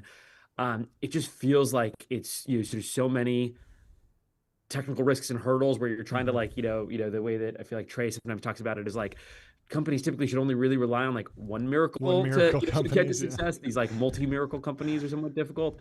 Now, I'm saying that like also, maybe Varda is also a multi-miracle company. It's non-trivial, but maybe you're allowed to take a sort of multi-miracle stab if you're. Well, also we have an American Pope now, so yeah, exactly. So. He's gonna bless all of us. What's your thesis around Fury? Super exciting. You can imagine they scale it up to be bigger, carry bigger payloads, faster, more competitive with, something like an F-35 or an F-47. But does Anduril advance so quickly from an autonomy standpoint that they never have to do a sort of human-rated, human-enabled platform? Is that just from your personal standpoint, does that feel like a possibility? They just make them for Tom Cruise in the next Top Gun. That's it. They make exactly one plane. It has the IMAX cameras already baked into it. It feels like there's just such a strong religion within, sort of the Air Force around, sort of human pilots. And yes, CCA was like a, sort of significant step towards getting them comfortable with like autonomous wingman, but like fully, sort of decoupling for some of these like larger, more capable, more expensive platforms from having like a human operator that, again, I think what happens is like the ratio of autonomous jets to human jets just significantly, sort of increases, I guess, over time, where it's, right now they talk about is like 3 to 4 to 1. And then over time, I think that gets to like 100 to 1. But I think they're still going to want this like human orchestrator that literally just probably has like a literal ball of furies that are like, operating around the like, sort of fighter, jet pilot. But I would probably bet on, sort of 5 to 1 odds that it's more likely than not, and again, it's hard to, sort of gauge whether or not they win it. I think, Trey and others have talked about, how recently some of the feedback that they get from the department is like they're winning too much. And so, maybe they're not able to win because they're such big winners. But, I'd put like 5 to 1 odds that they definitely like, sort of bid or, architect some human rated, sort of fighter jet system, in the next, call it 5 years. Yeah. It's a personal perspective. This is not, me course. internal information. Of course. Or speaking on behalf of founders. Well, while we're on FF portfolio companies, in the news today, Fujisimo going to join OpenAI from Instacart, CEO of applications. Now they have 2 CEOs and running different divisions. Do you have a take about that? Not co-CEOs. Not co-CEOs. Are you worried that Will Brewery's going to be poached at some point since Sam just seems to steal the CEOs from all over the market? Head of space. What I know. are you thinking on the CEO of Planet, now CPO there? Yeah, exactly. Yeah. I mean, underrated, right? That like the old OpenAI team was incredible, and they all kind of scattered to the wind and started 25 different foundation model companies. But now he's putting together the Avengers again. It's great. And, not to be rude to the prior, V1 Avengers, but I think the V2 Avengers are a little more sane, commercially focused, and a little more stable. I think the V1 was probably right for like the research lab days. Totally. Where you could be a little crazy. Totally. Now that's it's a commercial company, probably a little different. I don't know. I mean, there's so much news that I feel like has come out of OpenAI over the past week that I do think fundamentally changes how you should like underwrite the company over the next, sort of 5 years, where, it seems like, they're sort of abandoning the full for-profit conversion. Sure. It seems like Microsoft is not necessarily fully willing to give up their like rev share and percent of, the revenue they get at these like larger scales that they were originally promised. And so that negotiation is clearly not done. And then in Sam's announcement, sort of tweet, he was like, by the way, I am staying on as CEO of OpenAI, even though this person is CEO of applications. It's like, well, nobody was asking that question, but like, given that you're clarifying, maybe we should be asking that, sort of question. It made me think, we had O3 explain ChatGPT's entity structure the other day, OpenAI, and it could not. It was like explain it like on 5, and it was extremely botched. You came away even more confused. So we don't have. We haven't passed that Turing test real yet. AGI is when it's going to explain the structure of being OpenAI. able to explain your own corporate structure. Yeah. But I just read into that as like maybe Sam is CEO of one entity in the stack, and then OpenAI Global LLC has another. Because they're not like co-CEOs. At no point did it say that. So. Yeah, I mean, you've been a little bit negative on wrappers, on companies building on top of on foundation models, and yet another FF portfolio company, Windsurf, acquired by OpenAI, $3 billion outcome. It seems like. I don't think Windsurf is a portfolio company, by the way. Maybe we looked that up. Reported. It's publicly reported. I don't know how that would be the case. We missed that when we saw that. I found it on 3 different. Maybe it's fake news. Who knows? It could be fake news. But the big thing is is it game on for application layer companies now, given that you can go and raise a very traditional venture path, and the narrative of like, oh, you're just going to get steamrolled might not be there, because $3 billion is $3 billion. It's a pretty good outcome, right? I mean, look, this is the perfect example of the delta between sort of defense tech companies and AI tech sort of companies. Yeah. Like, one, there is the like, hey, I'm the big company with lots of cash, I feel slightly threatened. The like exponential growth of these things can sometimes be inescapable, and so therefore I need to buy this and have like a player in the race. Yep. And then on the defense tech side of things, there is no such thing as like uncontrolled exponential, sort of growth. In some ways, the government explicitly like meters your progress where they want you to see you accomplish XYZ thing on a smaller program as a lily pad to the larger program, et cetera. And so it's like, yes, Anduril has done super well, but if you compare them to the like exponential revenue growths of the like OpenAIs, the ramps, et cetera, of the world. I don't think it's that. It still is like super linear, but there is some like natural cap on like true sort of growth rate. And so I do think it then makes it more rational for investors to be piling into some of these AI application companies. Like, look, I still, I'm probably not a, bull on things like Harvey as an example, not to like overly pick on them. But when I think about like again, not to pick overly on another company, but if I were to think about like the irrationality of some of the like, Harvey, prices versus the Saronic prices, at least with Harvey, you can rationalize, hey, there are these like multi-billion-dollar acquisition outcomes that are, almost certainly going to happen quite regularly. I don't know like who buys Saronic, right? Like, I don't think that like, Electric Boat, the General Atomic subsidiary, et cetera, is buying, Saronic for their shipyards for $3 billion. Like, yeah.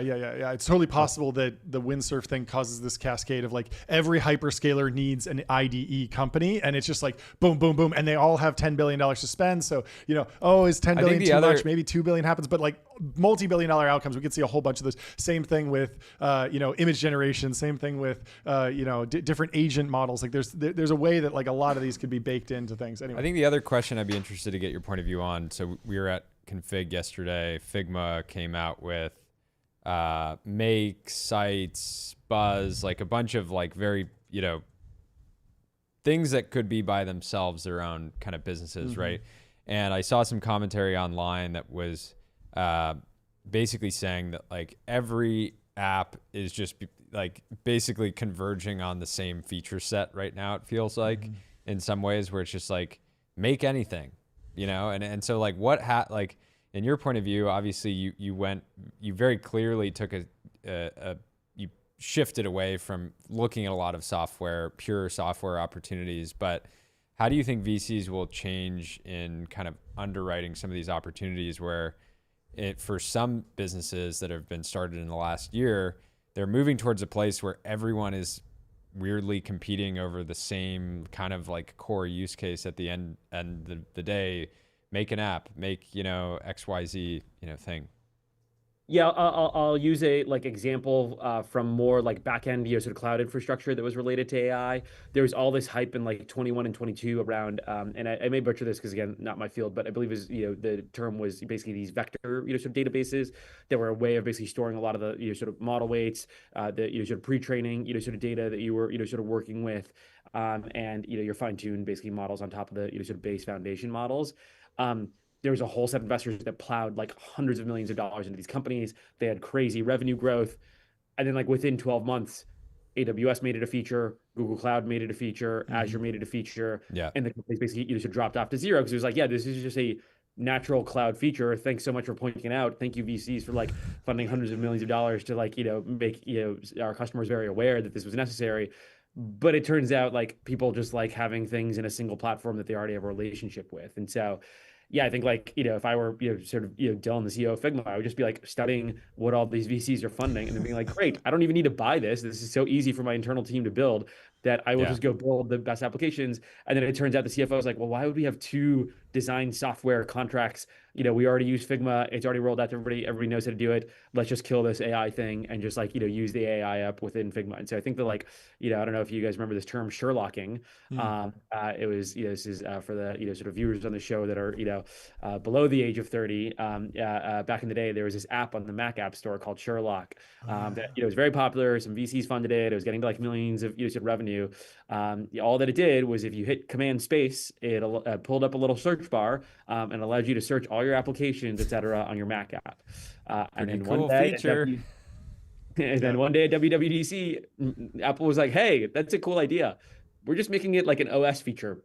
And so and on, it was known as getting Sherlocked when a big tech company just releases your entire company as a free feature in the like software that they already have all the distribution on. And so, yeah, I mean, I always looked at a lot of these generate an app companies and, looking at their revenue ramps, it should be nerve wracking if your revenue is ramping that quickly and there are founder mode incumbents that are in the same category, because usually means you can build said thing very quickly. But yeah. anyways, This is we have a hard fantastic. stop. Thank you so much Great for to have hopping you on. We'll talk to you soon. Delta V, Adios, Delian. amigos. That's the end of that. Godspeed. Next up, we have Harley coming in from Shopify. We need a bunch of size gong because it's earnings day, and we're pleased to report that Shopify delivered. Q1 2025 revenue rose 27% year over year, 2.36 billion, edging past the 2.33 billion consensus. They beat the analyst estimates. And we're excited to have Harley here in the studio. Welcome to the show, Harley. I'm so glad to be here. Can you guys hear me okay? Yeah. Oh, yeah. You sound great. Loud and clear. So run us through it. Give us the breakdown. How are you processing today? How are things going? Things are going really well. I mean, I think Q1, I mean, remember, obviously Shopify is a bit of a seasonal business, meaning Q4 is always like, we're ultimately in retail. So Q4 is always a big quarter for us, but Q1 was amazing. Revenue was up 27%. We had 2.4 billion. Free cash flow margin hit 15%. So about $363 million.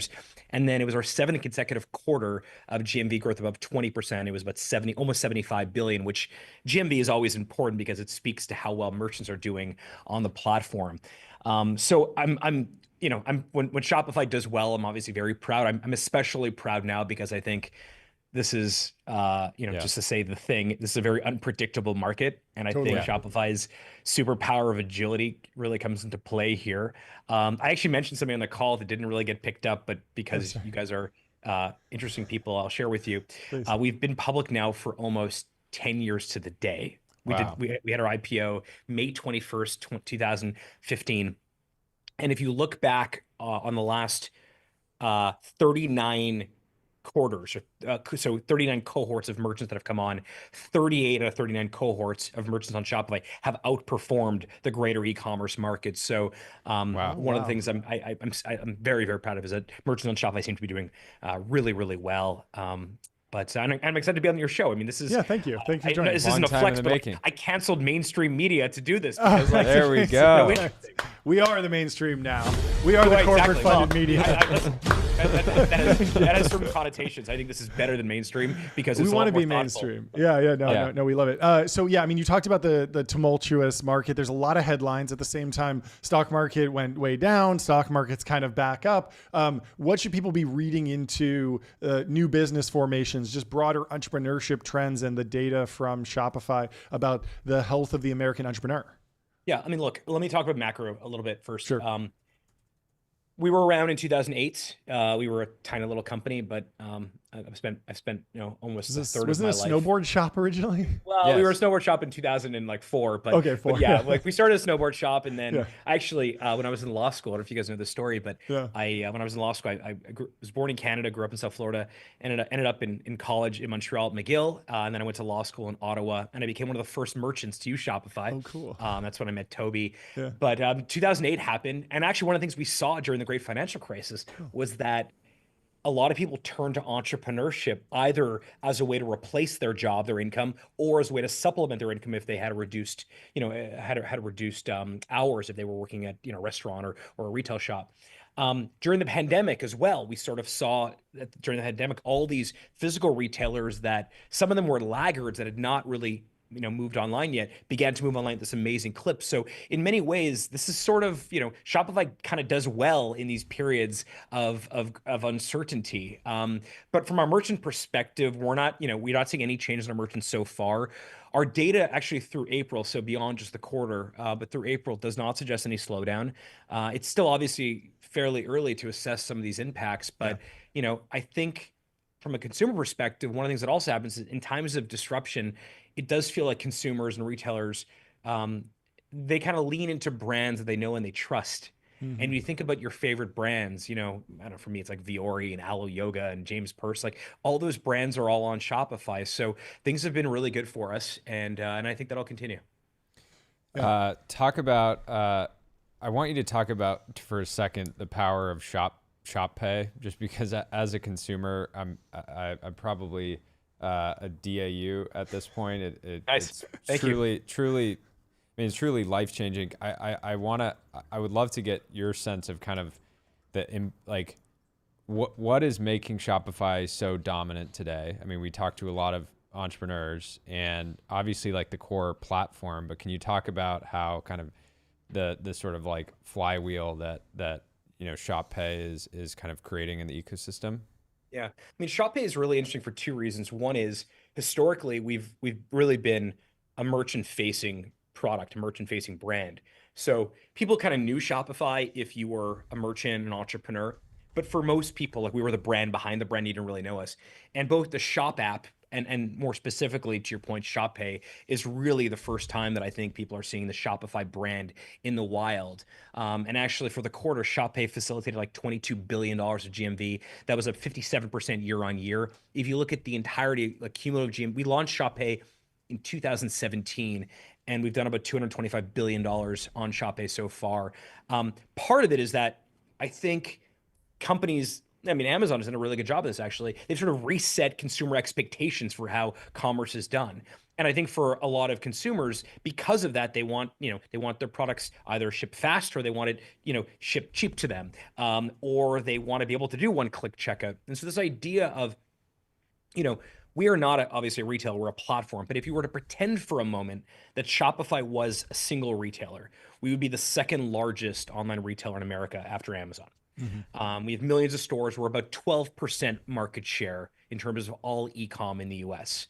I think Amazon somewhere in the 40s or something like that. So one of the things that we're able to do is, even though everyone on Shopify is an individual merchant with an independent business and independent brand, we're able to give them economies of scale as if they were the second largest retailer in America. And one of those obviously is Shop Pay, but Shop Pay has done incredibly well. And not just that, but we're also seeing that brands are now coming to Shopify specifically for Shop Pay. So we have something called Shop Pay Commerce Components, which allows merchants just to use Shop Pay. And the way we kind of think about it is that if you're a big, Coach is actually a good example of this, Kate Spade as well. If you're these brands that have, your own platform, maybe you're using a legacy platform or you have your own homegrown system, you can actually use that component. And we sort of look at that as our way of starting a relationship with these very, very large brands. But Shop Pay has been incredible. In terms of the flywheel question, if you think, historically about how Shopify started 20 years ago, really the focus for us was just e-commerce for SMBs. And then some of those SMBs got really, really big. I mean, Gymshark got big. Viore got big. Fashion Nova got big. Bombas, Allbirds, these stores that started their mom's kitchen table became billion-dollar companies. And so one of the first changes was we sort of moved from just focusing only on SMBs to focusing on larger merchants as well, and especially those that sort of grew up on us, and that allowed established brands, Hunter Douglas, Mattel, On Running, that had their own systems to come and migrate entirely to Shopify. But the second thing that also happened was we began to think about what is the future of retail? Where's this thing going? Mm-hmm. And it became really obvious that the future of retail was not just going to be this like false dichotomy of online versus offline. It's going to be retail everywhere. Mm-hmm. And that if you are going to be the entrepreneurship company, the retail operating system for the most important brands, you have to make it easy to sell on every surface area. And so we began to introduce things like point of sale and B2B and embedding our checkout into places like Instagram and X and every social media platform. Obviously, YouTube is another one. We have an integration to Roblox now. So if you have a toy company on Shopify or a company where your consumer is spending time in Roblox, now you can actually transact directly in Roblox powered by Shopify. Mm-hmm. So the way that we kind of think about it is more of like a bunch of these different channels where commerce happens. AI shopping will likely be one of the so that's an area I wanted to get to next is basically LLMs. I think you guys have made some early meaningful moves here.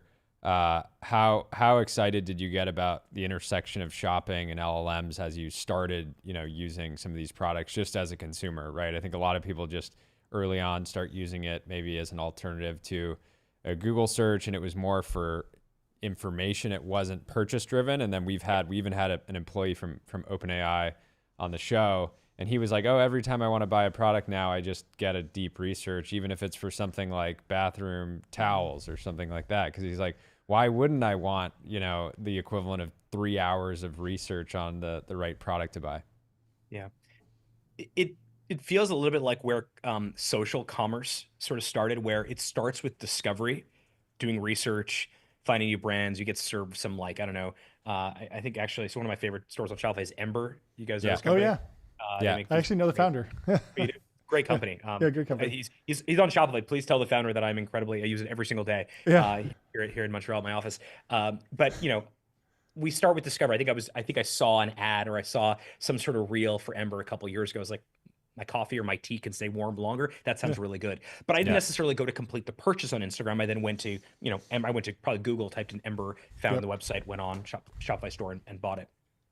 So I think sort of the trajectory of these new commerce channels starts with discovery and research first, and then eventually migrates into like full on checkout.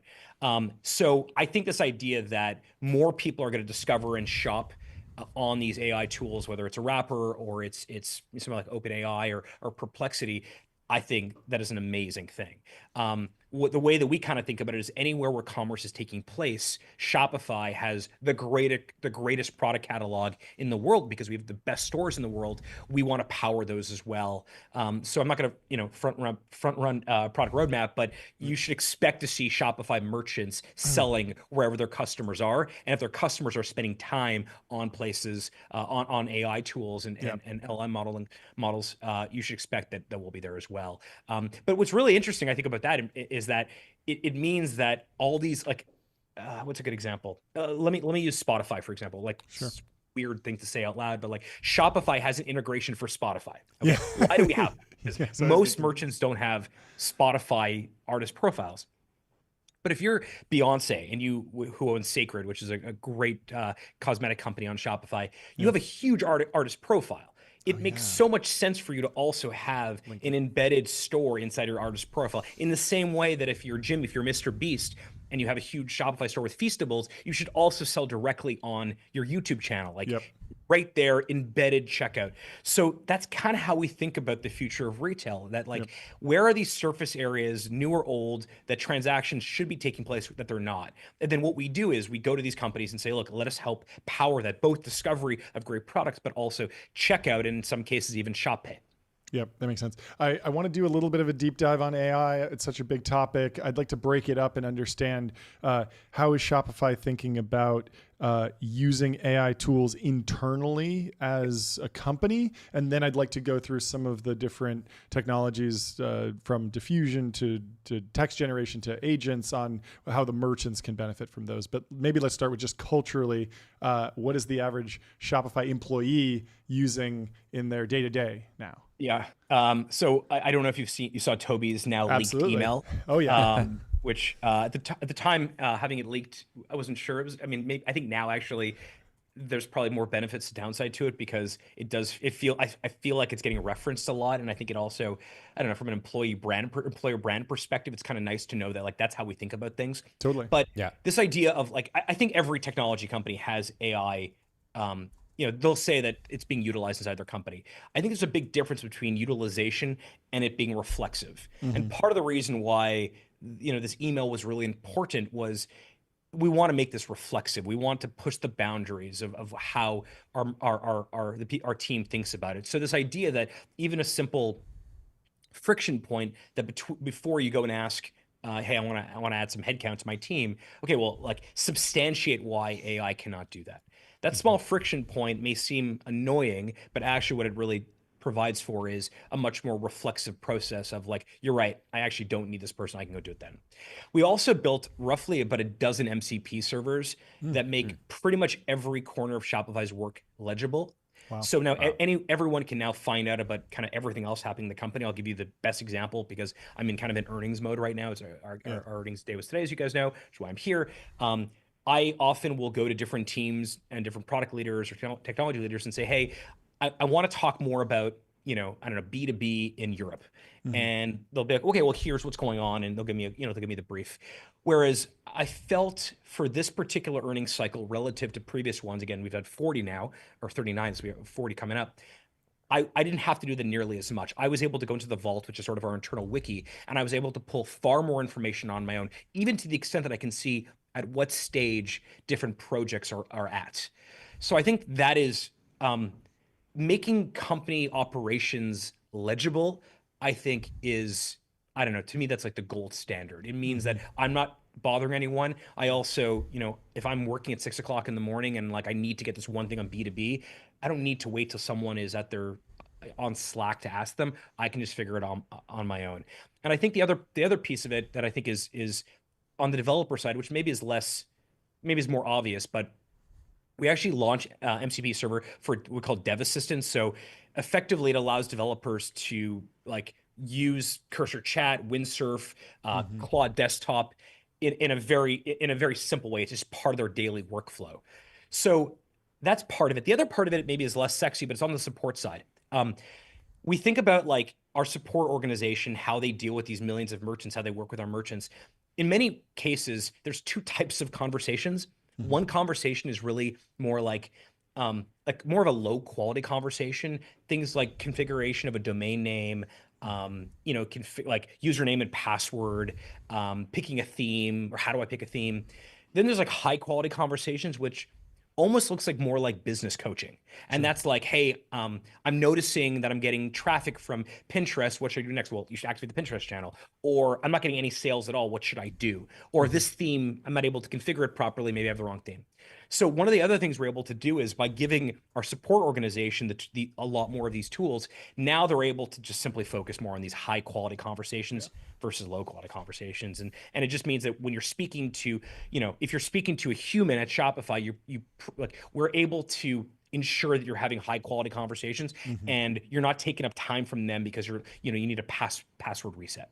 So what I'm hearing is like barely using AI at all. It seems like you've stuffed it everywhere. Yeah. It's like we're using 3 different coding agents. We have agents everywhere. Well, I like how deep you guys are going, because we've seen other kind of like leaks, which is clearly just a CEO wanting to PR. Signal it's purely PR. You should map that against, again, this is why it's fun to go on the show. It's stuff I can't talk about.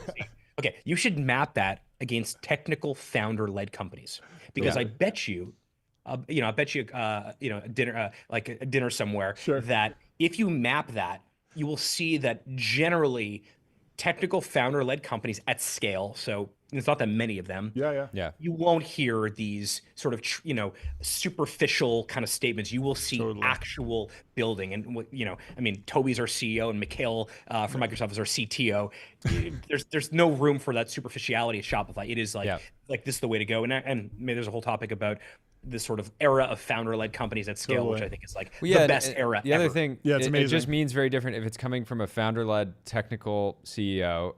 If they're saying we need to be AI native, that means we're going to leverage AI and actually use it to develop workflows and processes and all these things.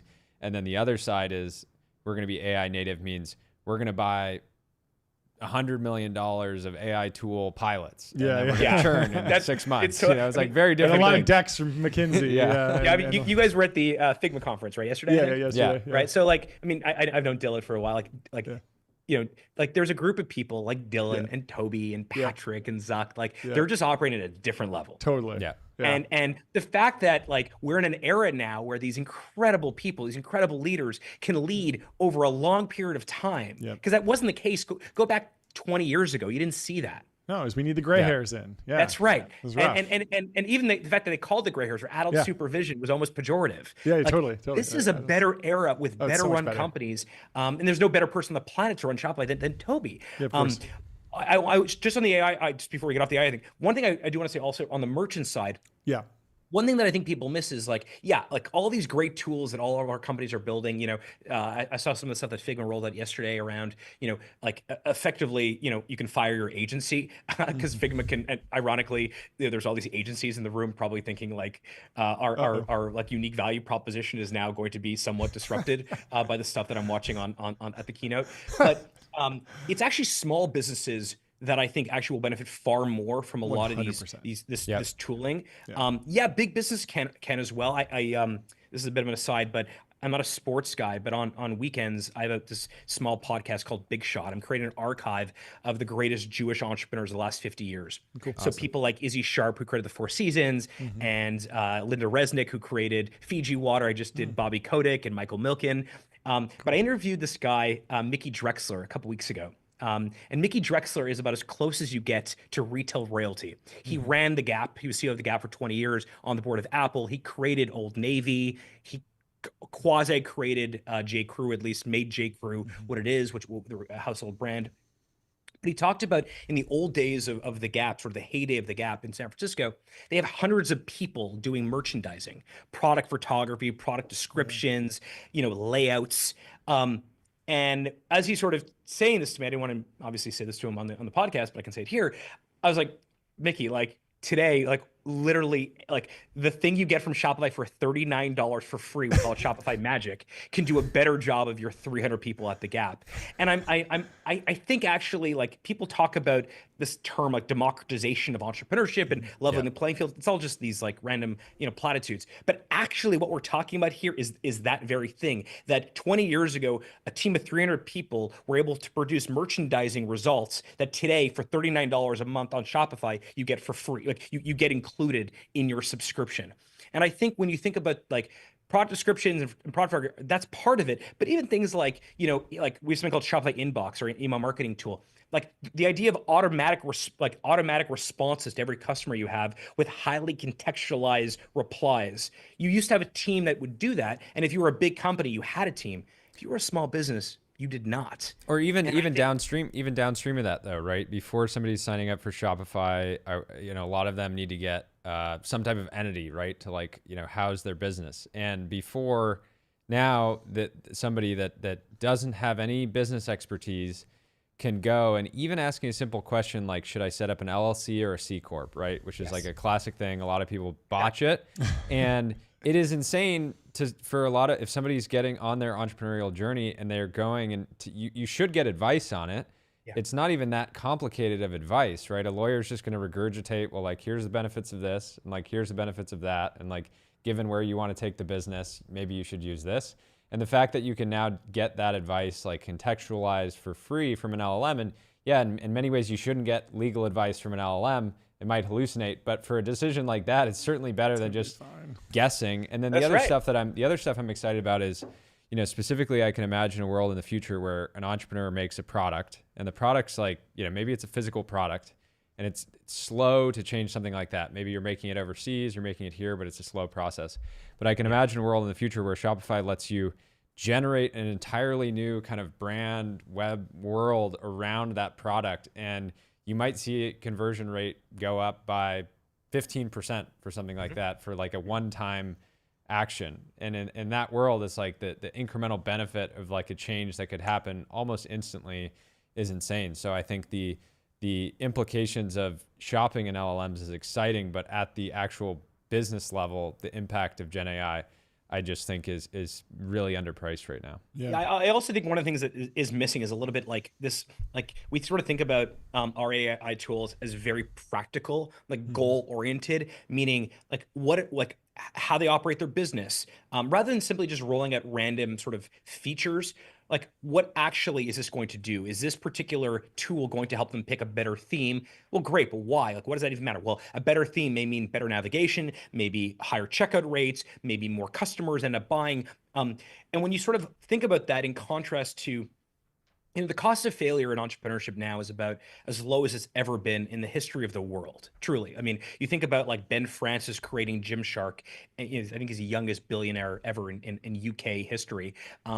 The fact that he was able to create this thing from his college dorm room and turn this into a multi-billion-dollar company, and he himself is now a billionaire, the prerequisite for that type of journey years ago would have been capital. It's not anymore. The other thing is, if he failed, he could have, like, it didn't really matter because he wasn't leveraging his house and taking out loans and stuff. So when you layer on all these new pieces of technology, plus this, this idea that the cost of failure is treading so close to zero, what you end up with is more people trying their hand at entrepreneurship. And that's obviously good for Shopify, but it's also just, it's a great, I mean, look what you guys have done, right? What you've built. You've built a modern media, giants out of sheer will and hustle and incredible insights around what's wrong with traditional media. Having more of these things, I think, actually makes everything better. Yeah, 100%. Yeah. How do you think about messaging to the Shopify developer ecosystem? I can imagine LLMs could write new liquid templates. You can generate text. You can generate images. There's agentic workflows. There's so many things that could be the domain of plugins. You want to message that to create a really, really vibrant plugin ecosystem. But also there's certain things that you want to do internally because you have a unique position or advantage there. Is it just about communication? How do you think about that trade-off and keeping everyone happy while you're responsible to customers, shareholders, and the developer community?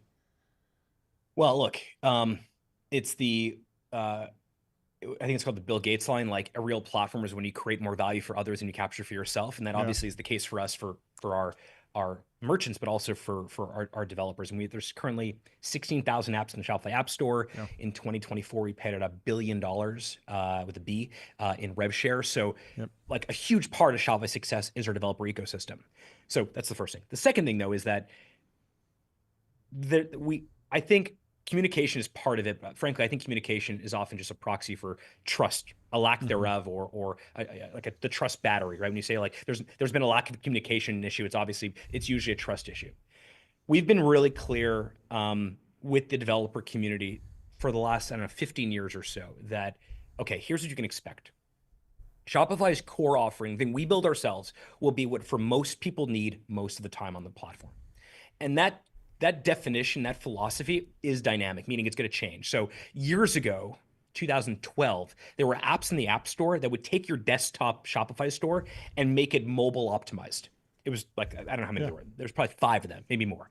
At some point, it was obvious that, okay, this is something that Shopify's core offering should do, because this is what like most merchants most of the time need and will expect that they're paying us to do. Like, how are you even thinking about building a desktop store or a web-based browser store on a desktop that's not mobile optimized? So eventually we basically went to those developers and said, hey, look, this is something we're going to do, but here are sort of the bounds, here are the limits of what we're doing. You can build everything beyond that.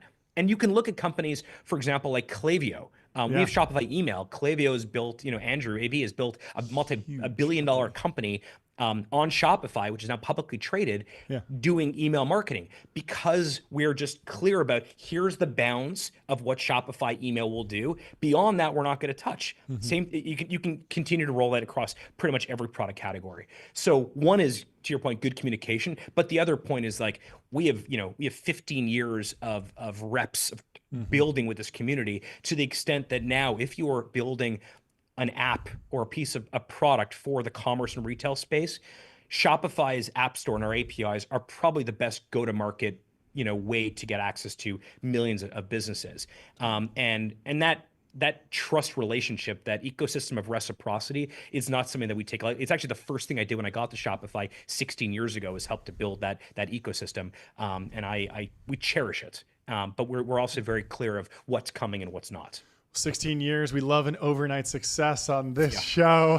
Thank you so much for joining. I have so many more questions. We can talk for another hour, but we'll have to have you back. We'll have you back next quarter. I'd like to come back. One day I'd like to be a co-host, and we can bring some Shopify merchants. Absolutely. Let's do it. Let's do a whole Let's Shopify do day. Shopify day. We'll get Jim 12-hour stream back to back. Let's do it. You know what? We could do something BFC. We can do BFCM, like Black Friday, Cyber Monday. Here we go. Giga stream. We did $11.5 billion in 4 days, and we can actually stream and then bring different merchants on to That'd say, be fantastic. Tell us what's happening. QVC mode. Let's turn TBPN into QVC on. I'm excited for that. You guys are already going for the affiliate model. It always happens. Yeah. It's great. Right, well, thank you so much. Great talking, Harley. We'll talk to you soon. Have a good one. We're going to bring in Jack Altman, but first, let me tell you about GetBezel.com. Your Bezel concierge is available now to source you any watch on the planet. Seriously, any watch. I noticed Harley wasn't wearing a watch. We got to send him to Bezel, get him a hitter, absolute just send hitter. Him one. Just send him one to commemorate 16 years in the game. He needs 225 billion on ShopPay. I mean, you should always invest scale. 1% of your AUM or 0.1% of your GMV into your watch for sure. Exactly. Let people know. If you're It's the only president right. of e-commerce. It's only right. Anyway, we got Jack Altman coming in the studio. Welcome to the show, Welcome Jack. to the stream, Jack. How you doing? What's up, guys? Very happy to be here. Thanks so much for joining. I hope you can hear the soundboard because George's having a lot of fun with it. Anyway, what's the latest with you? Would you mind introducing yourself a little bit for the stream? Yeah, I'm Jack. I'm a longtime listener of your show. You guys are doing amazing. Thank you.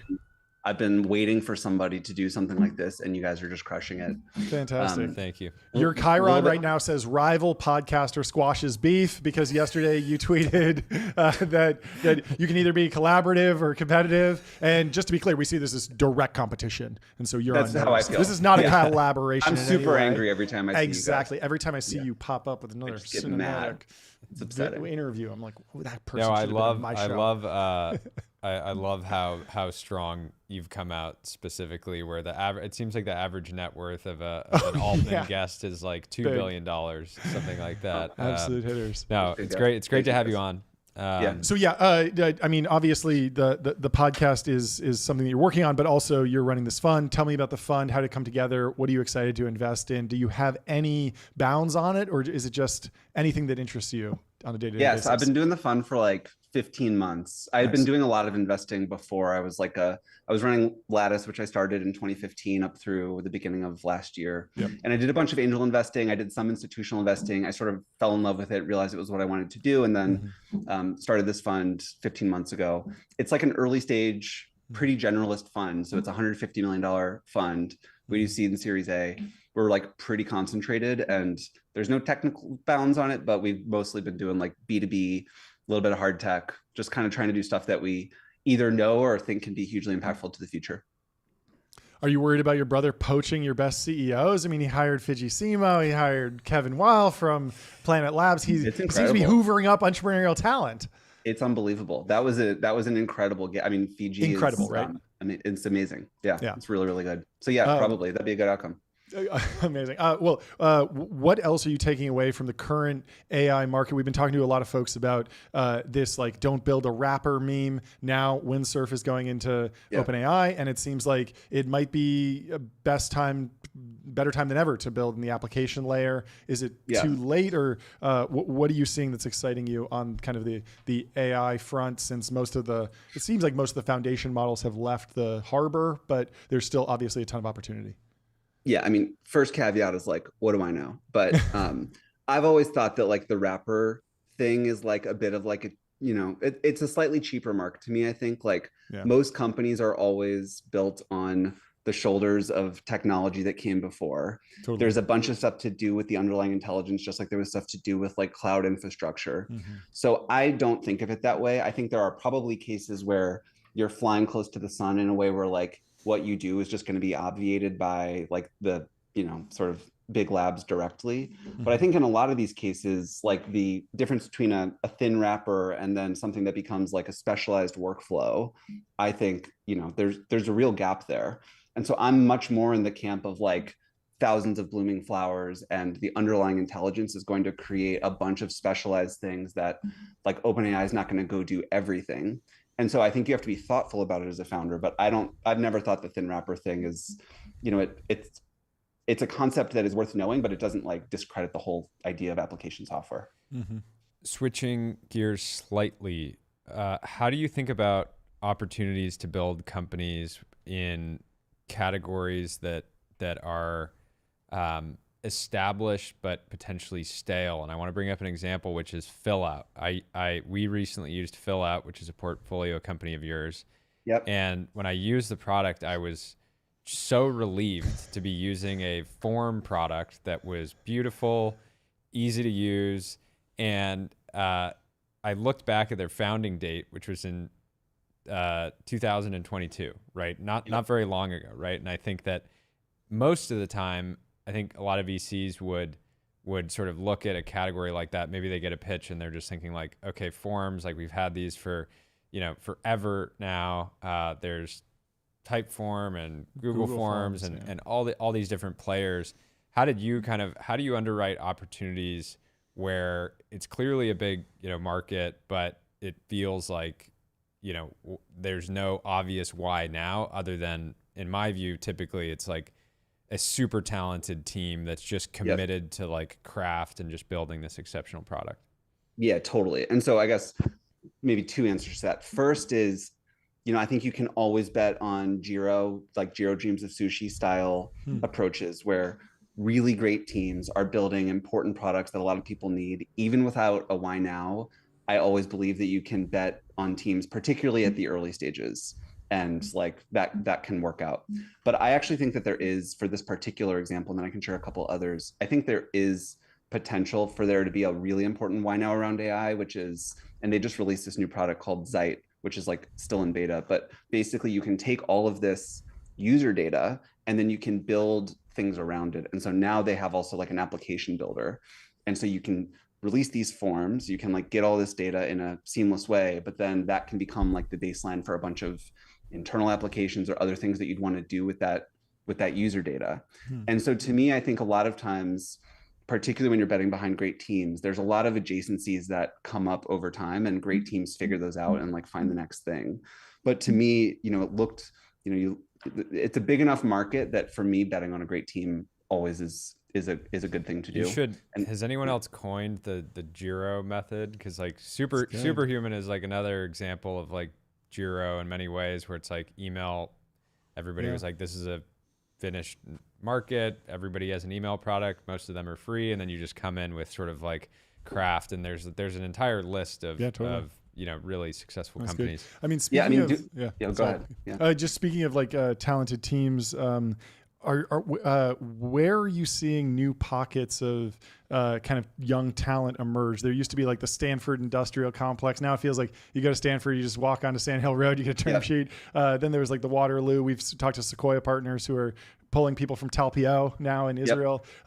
Where are you seeing interesting groups of entrepreneurial talent emerge these days? I mean, there's a lot of good pockets. And also now as a bunch of these companies start to I mean, you know, there's obvious ones, like you could talk about like an OpenAI or something like that, or of course Stripe like previously. Yeah, Stripe, of course. I mean, I think Palantir has some incredible talent. I think outside of AI, one of the most interesting to me areas is like hard tech, defense. There's a lot more appetite for people to fund harder problems. Like I had Sean McGuire on, you know, our podcast, and he's talking a ton about like why that matters so much. And I think people who have seen those kinds of companies, someone who's been at a Palantir or an Anduril or a SpaceX, I think those are really interesting pockets for that. So, you know, I think there's a lot of these companies now that have gotten to such scale so quickly that you have people who have seen what greatness looks like from the inside. And I think, like, I always think there's like more ways to fail than there are to really succeed. And so people who have seen a big success, I think those create obvious pockets. So there's a bunch. Yeah. Have you felt any of the squeeze from the mega funds and the crossover funds kind of pushing downwards? We talked to Sam Lesson at Slow about this, where you get the hedge funds cross over into growth, and then the growth funds cross over into venture. The venture guys are like, yeah, I can do a seed check. It doesn't really matter. And then the seed guys are doing the angel stuff. And at each stage, they take the previous round like less seriously because it's like free money for them. But it puts pressure on the people where that's my business. What's your experience been? So here's my perspective. In 2021, in ZERP, the big funds at the latest stages, which I was a customer of, were the crossovers. And it was dominated at that point by all these crossover funds coming into venture with humongous amounts of money. But they were like always going to leave. You know, like that group was always going to come and go. That's just, they weren't designed for it. Now you have really smart money doing really big funds. There are like brilliant managers. There's like Josh at Thrive. There's obviously Founders Fund is exceptional. Like there's just like really good groups out there with large funds, and this group is not going to go away. And they do have different incentives at the early stage, and they're, you know, extremely clever about how they're positioning themselves, and you know they're making very intelligent moves, and that does include in many cases coming down to seed. And like you said, they don't need to make the same economic decisions at a seed as a $50 million seed fund, because they don't have to make most of their money from the seeds. So the rules of the game do change. And I think it has a huge impact. And your reaction to that, I imagine, is take much more concentrated positions, and use that as a lever, I imagine, with the entrepreneur to be like, I'm going to put a meaningful amount of my fund into you. And I'm going to, you know, this is not like, doesn't in a $150 million fund, if you're participating in any seed or A today, it's not a flyer for you with the kind of concentration that you have. How much has that resonated with entrepreneurs on their side, knowing that, Jack's not just kind of tossing a check in and maybe he'll respond to every third investor update. You're like going to do everything in your power to help the company win. The way I think about this is, in order to do well in any competitive environment, you basically just have to have like an incredible amount of self-awareness and know what you are, what you're not, what things you can provide, what things you can't provide. There are a lot of shapes where I couldn't look somebody in the eye and say it makes more sense to do a deal that makes sense for me than a deal that's going to make sense for another firm. And by the way, there's like, you think about the things that a VC can provide to a founder, not all of them require blood, sweat, and tears. Having a great brand and then not doing anything else might be a lot more valuable to a founder than having no brand and doing a lot. It just like depends on the situation. Yeah. And so I think, I don't think that there is like a tweet length answer to sort of figuring out where you can play and what situations you look at. You have to look at each of these differently. And then you have to find the situations where what you can offer and what you think can be meaningful to you as a fund manager matches what's going to be valuable to the founder. And like good deals happen when it's an actually correct transaction for both sides. So that's how I think about it, which is a bit of like a, it depends kind of answer, but I think it's the truth. Can you talk about your personal AI stack? What are you daily driving? What has been helpful in your job, either with the show or with the fund, deep research? There's all these different tools. It's always interested to know like how people are getting most out of the tools that are available. I feel like everyone feels like I'm not doing enough with AI. Like I know it's powerful, but I just need to know that one secret prompt or something. But what do you use these I days? think I could use it more, but I mean, I've moved most of my searching to ChatGPT. Yeah. And I like, instead of texting like my group of friends, sometimes I'll just like say the same question to like ChatGPT. And so I kind of am like, this is like an always on friend that I can like ask stuff to. And I like my usage just kind of goes up over time now. I think I don't consume like that many software products for it. So that's also, the nature of what I'm doing. I think like the companies that I'm investing in are consuming a lot of AI, but I think it depends on the area. Like I will say that outside of, maybe we can, talk about companies specifically, but like outside of prompting, there are certain specific domains where it's proven to be incredibly valuable, and there's some where it's not there yet. And so like I don't think it's working in every category yet. Yeah, totally. You invested in Rogo, which Anis recently announced a pretty big up round. Have you seen any products like that applied more specifically to venture? I mean, I'm sure you could potentially leverage what they're doing, but venture is such a small, market in comparison to potentially kind of Rogo's core market. Maybe it's not. And for reference, Rogo is analyst secure AI for finance professionals. So investment if you're bankers, working at a hedge fund or Tiger Global, This to me is I think there is a market, but it's easy to forget in San Francisco what little fish we are compared to like New York and like real finance and hedge funds and private equity and the big banks, and the numbers are like super different. And for all of the talk, which I think is accurate talk about how there's too many dollars in venture, it's like still kind of pales in comparison. So the total spend, and you look at things like, a Bloomberg or something like there's not an equivalently big business to Bloomberg for venture. And I don't think that's because the products aren't useful. It's because like the market is a lot smaller, in my opinion. How do you think about how do you think about the difference between going after these like the Mag 7 companies that maybe have lost a step? We're seeing little cracks start to show, whether it's Apple Intelligence or the Copilot rollout, versus taking AI into these niche markets that haven't even maybe seen the SaaS transformation yet, and maybe AI is the one that unlocks it. Is there one area that excites you more? How do you think about each one? Is there a certain type of founder that needs to kind of fit with a specific market? How do you think about those different areas? I think for the most part, it's a lot easier to take on the niches, which are still not so niche. Like some of these niches that we're going after, when we're talking about in application companies, the leading company in the niche is 10 or 20 or $40 billion.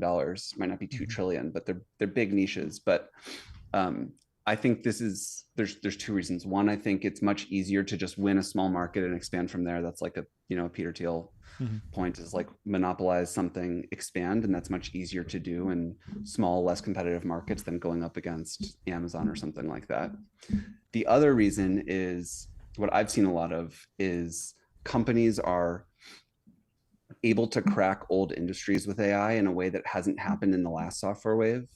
And so you're seeing in education and healthcare and legal and accounting and like finance and all these places where they were kind of hesitant before are suddenly buying things without even knowing for sure what it is. They just know that they want to buy AI.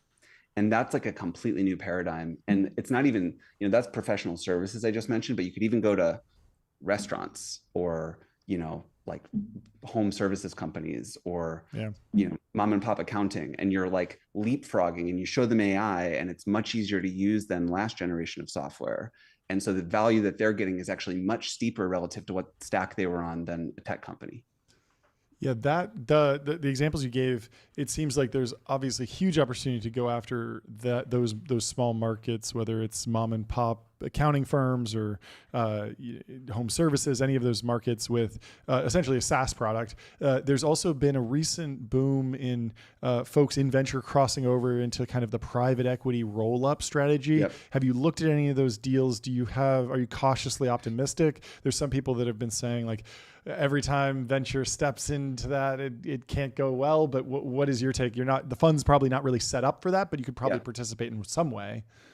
Yeah, I think all of that is right. Well, I'm directionally optimistic about it, and like you said, like we're not an appropriate size for that to be the right strategy. Yeah. But I think it's a very good idea. I mean, like the sort of one lens on this is at some point it is too hard to sell a great product into an industry that doesn't want to receive it, and so just become that industry and then receive this great product. Yeah. The other lens is, if it's so valuable, why are you going to give that away? I think that's a point that like Keith Rabois has made before, is like, if you've got this thing that's transformative for an accounting firm or a law firm or whatever, why should you sell them some software for $200K that they're going to go make $100 million off of?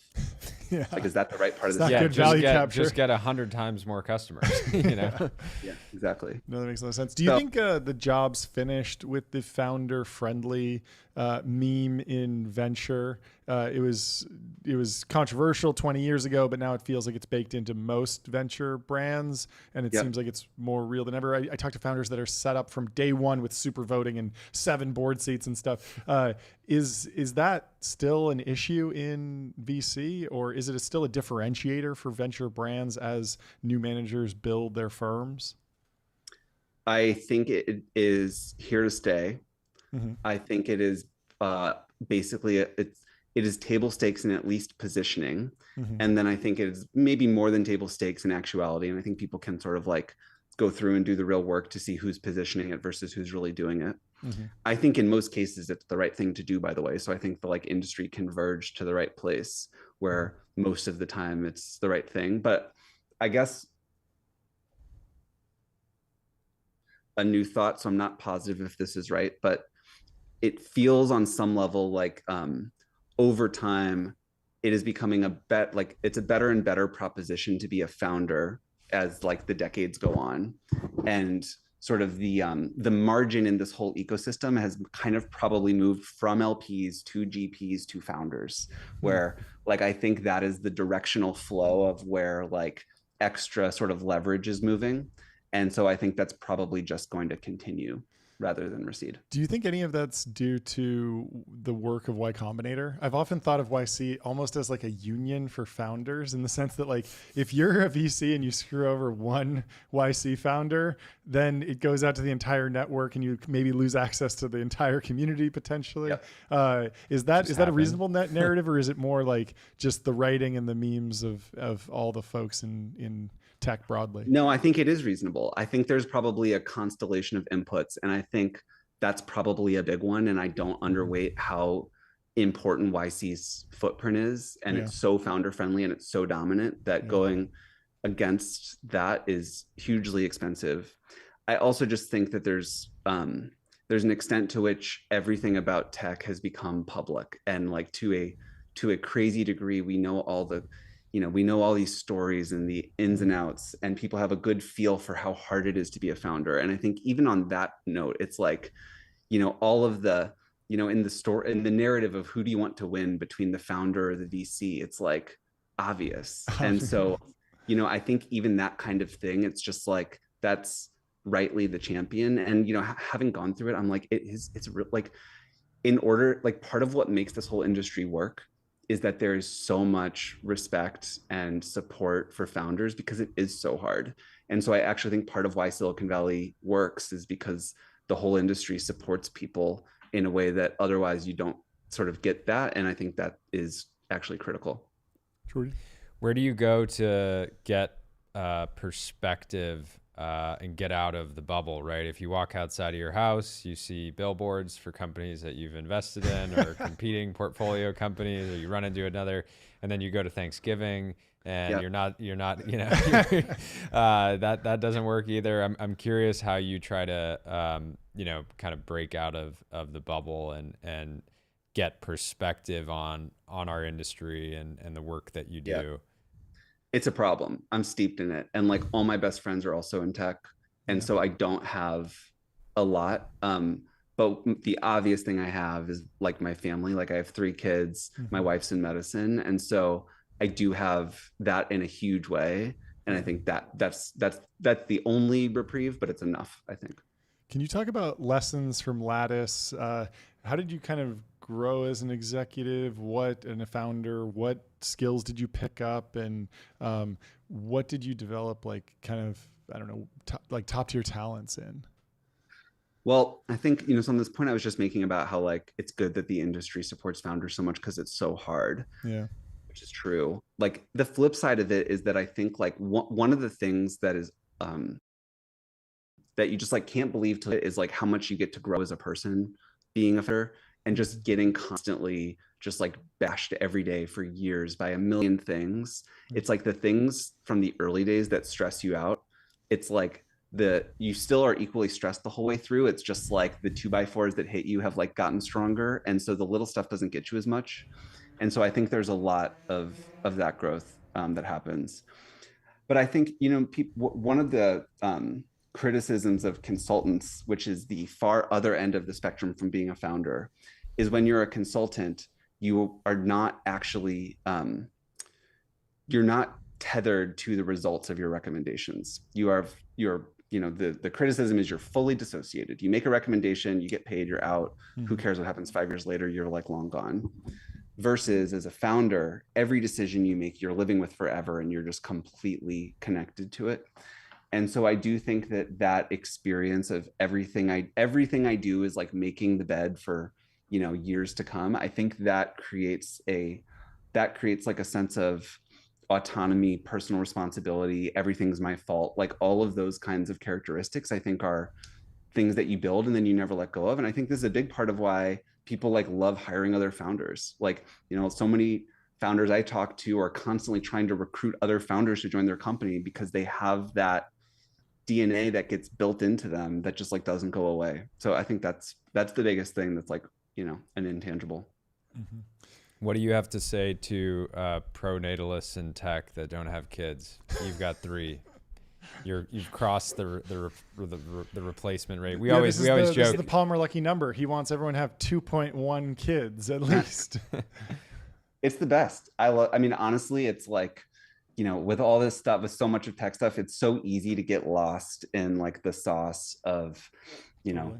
Deals and new markets and AI's going crazy. And it's all awesome, but it is so far from the most important thing. And like, the most important things in life are relationships, and like kids are the best relationship you ever get to have. And so it's like a really awesome, special thing. And so, yeah, I'm like, there's trade-offs to everything, but it's been the best.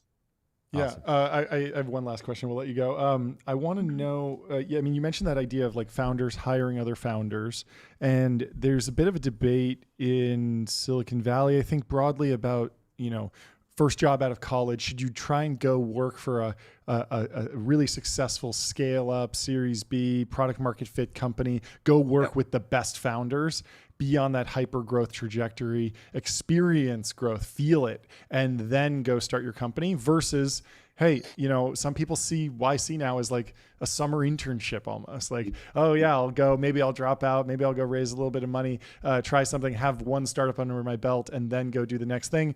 How do you counsel kind of the next generation between, not necessarily like there's a one size fits all answer, but how do they know which one's right for them?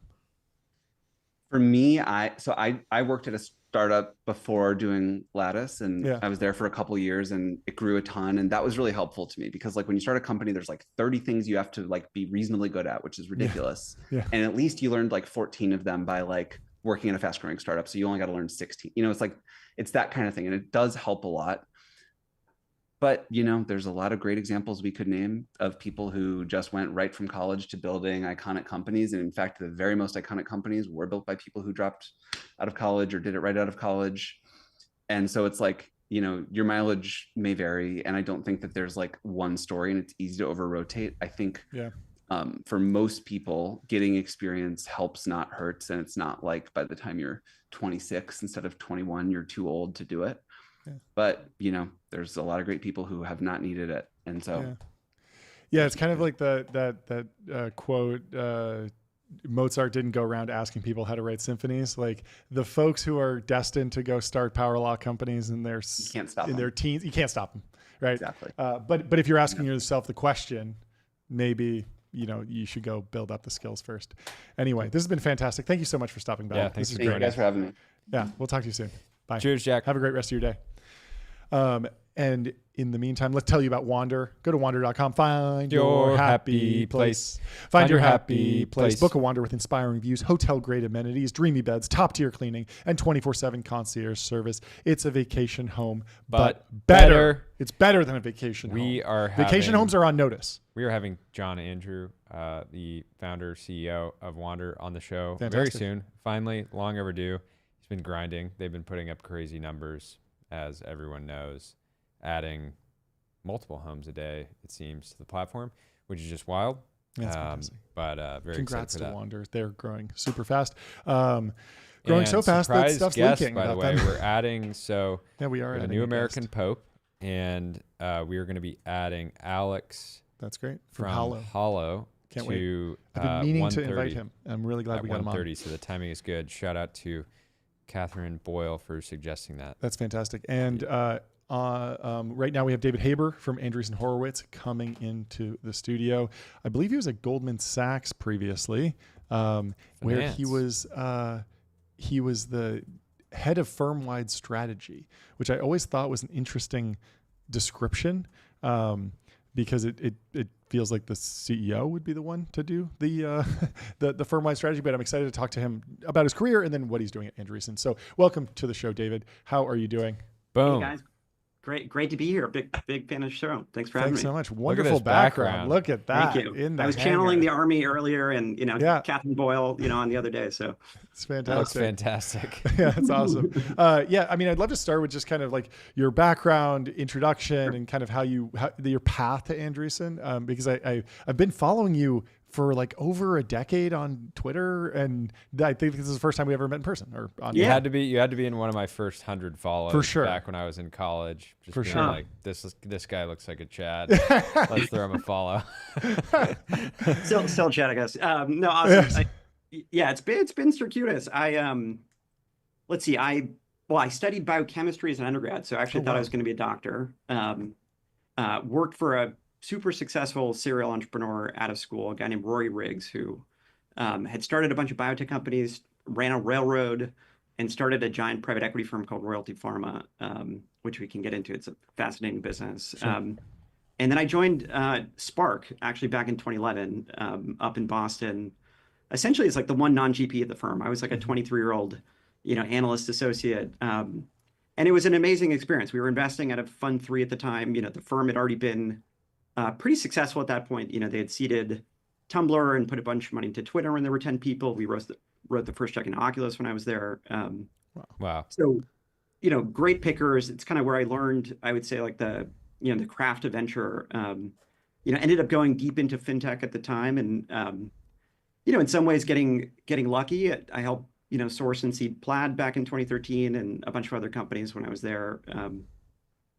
I always thought of myself more as a founder than an investor, and so I ended up leaving and starting a fintech company in 2013 called Bond Street, with a good friend of mine named Peyton Sherwood, who had been running engineering at Venmo. They ended up getting acquired by Braintree and PayPal in 2013. I pulled them out to go start that business, which was in the small business lending space, which was challenging, but we built a great team, which is what I'm most proud of, and ended up selling business to Goldman. That's kind of how I ended up joining the firm. We came in kind of through the side door. Yeah. And got merged ultimately into what became Marcus, which was their consumer business. Oh, that's right. Peyton ended up inhering, he had a real job. He had like 70 engineers to manage. I had a more amorphous off the org chart. Yeah. I remember when I was following you, it said firm-wide strategy. And that sounds like something that would normally be like the CEO's job. So can you actually explain, like, that sounds extremely important firm-wide strategy he was at Goldman. The puppet strings, But yeah, what decisions were you making? What was the culture like at Goldman back then? It was it was fascinating. I thought I was going to go there candidly and get like suffocated and micromanaged, because that's what my friends did, 10 years before in banking. And fortunately, that wasn't my experience. I think in part because I had no fear. We need this DCF yesterday. Exactly. We're not working on Sundays. That's good. I just started firing off emails when I got there, honestly, to Marty Chavez, who's the CFO, and the heads of banking and asset management, just kind of running around and trying to be helpful to people, and really just like mapping the place. You realize that even people who had been there for a decade or longer didn't know kind of what all the different component parts of that firm did. And it was fascinating because it's not a normal kind of operating business like an American Express that has a big consumer commercial business. It's really a confederation of a lot of little businesses who sort of fight for collective resources under these common kind of divisional umbrellas. But it's also really fascinating because if there's something interesting to do on the outside world, there's probably somewhere to put it. Meaning you could be an equity investor, a debt investor, an advisor, a customer, an acquirer. So it was fascinating to kind of bridge, the world that I primarily lived in, like the tech ecosystem, and then try to help Goldman navigate that too. To be clear, I wasn't the head of firm-wide strategy. I worked for a woman named Stephanie Cohen, who reported to David Solomon. But I was the weird kind of startup entrepreneur guy, kind of running around and trying to help her, frankly, get connected in the tech world. And she's now at Cloudflare and doing a great job there. Yeah, it's still a really cool role. How much of Goldman's structure is a function of either like legal firewalls between different teams, or just the idea that if you have a specific desk, you need to be able to manage their own P&L and kind of account for their business independently and then align incentives towards how that team is doing? Or is it more just like sclerotic because it's an old company? I think it's a little bit of both. I mean, there's definitely some, kind of regulatory bridge between like the public and private side and what can be shared legally. But I think the more interesting history, and there's a great book called The Partnership, which I think is a great kind of business history book, even if you didn't work at Goldman Sachs. I think for 140 years, it was one of the most entrepreneurial places in the world, right? It was a firm that had to scrap. It was started like by Jewish immigrants, basically. It was not sort of JP Morgan or a lot of these other, kind of white shoe firms. And they started basically in like the factoring business. And then, entrepreneurial people would raise their hand. It was a partnership. They'd give them a little bit of money and they'd say, I want to go build a new business. So somebody started the merchant bank, somebody started the wealth management division, somebody started, Europe. And it was not a business built through M&A. It was a business really built organically, brick by enterprising people. And I think it's just such a fascinating history. And so part of that is the culture, right? It really was a partnership. And I think that confederation is kind of the evolution of that, which was like, you want to feel like a CEO, right, of your own kind of individual business, even that is like a trading business within, a much larger, division. I think the last like 10, 15 years it has required an evolution from that in some ways, right? I think, the firm went public. Then you had, the tech bubble, the financial crisis. The financial crisis, I think, was like a terrible experience for Goldman Sachs. If you remember the vampire squid and like the blood funnel, like that was the brand, unfortunately, for a long time. Yeah, they actually did pretty well during the financial crisis. They like the best of the worst performers, which was like somehow terrible even more because then all the negative attention came on the firm. It did amazing. It did amazing, and part of that was they had really talented people. Part of that was was actually technology. They built their own kind of unified core risk system, so they understood across every division kind of what their exposure was to the housing market, and they were able to hedge basically that exposure, and they didn't lose money, and then they made a ton of money, kind of coming out of that crisis, which again didn't hurt the brand, to your point, or didn't help the perception in the market, unfortunately. But I think ultimately, like more recently, and we can, I just find their history fascinating. Yeah, it is. It's so fascinating. I think they've become more of a company than a partnership, right? And I think to do that, you kind of need operating leverage, and therefore kind of it's a bit tighter kind of at the top. And I think my perception is that it's made it a less entrepreneurial place over time, right? And instead of sort of giving an individual person the agency to make their own individual decisions, especially from a technology perspective, you need more centrality, you need more leverage, you need more kind of command and control. And I think you've seen that actually benefit their share price, right? If you look at Goldman's market cap, even in the past few years, it's actually done really well. I think a lot of that is through that kind of centralization to some degree, but I think it does come at the expense to some degree of the entrepreneurial dynamism that existed, for again 140 years. It used to be one of the, most lucrative places in the world to work, and nobody's crying for Goldman Sachs employees, to be clear. But I think it's a different culture, and it's going to look more, in my opinion, like a normal bank than it was previously, which was a broker dealer in a partnership. I mean, responsible to shareholders over the partnership. When you catch up with old, peers, colleagues, et cetera, how do you feel like Goldman and other firms of that caliber are reacting? How would you rate their kind of reaction to AI specifically? Are they just buying a lot of it so that they can kind of say like, look, we're doing AI, or is it like, truly organic sort of ground up movement, or some of both? I think it's changing very quickly, and I think, again, not to pick on them, but historically, like there, and I think in a lot of banks, there was this culture of like, if it wasn't built here, we're not interested. And I think that was like the wrong decision for a very long period of time, because the world, kind of changed, around them in a lot of ways. But I think actually Marcus, despite its challenges, was actually a good cultural kind of catalyst in this point. They leverage a lot of third-party technology because the consumer business, hadn't existed, previously. And I think many the CIOs and the CTOs at these firms are just understanding that like there are some things that we should build internally. If it's core to our competitive advantage, fine, we should own it ourselves. But almost everything else we should outsource to third parties and leverage the best of what exists, right? And it's actually informed a lot of how I spend my time here, in part because, as a founder, it was very challenging navigating these big institutions to understand, who is the decision maker. And then you get inside these firms and you realize that if you're a division head running, a 10,000 person, 20,000 person organization, it's not your job to know what's happening on the frontier, right? Certainly not at the seed and Series A stage. And I think one of the things we've done explicitly, and part of what's been useful to do, from New York City, where I sit, is be a bridge between those ecosystems, right? And kind of convene the CEOs and the leadership teams of every kind of major financial institution in America, and then curate, a group of 20, 30, portfolio companies, non-portfolio companies that align with whatever their strategic priorities are.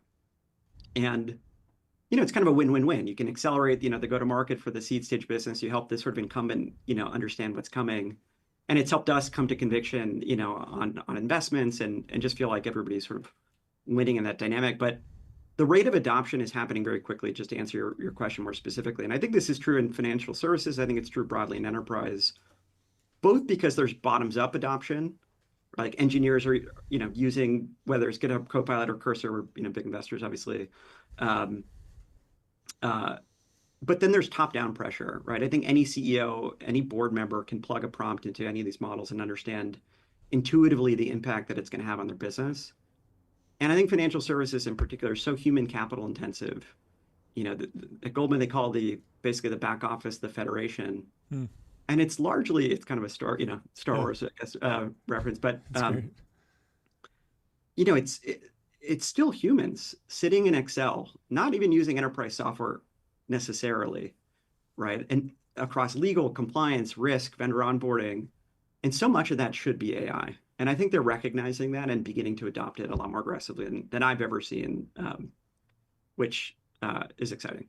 Do you get a sense that there's been innovation happening in some of these more traditional financial firms or even hedge funds and things like that that is potentially groundbreaking but not being released as products, right? Like Jim Simmons didn't, discover an algorithm that could, make 60% a year forever.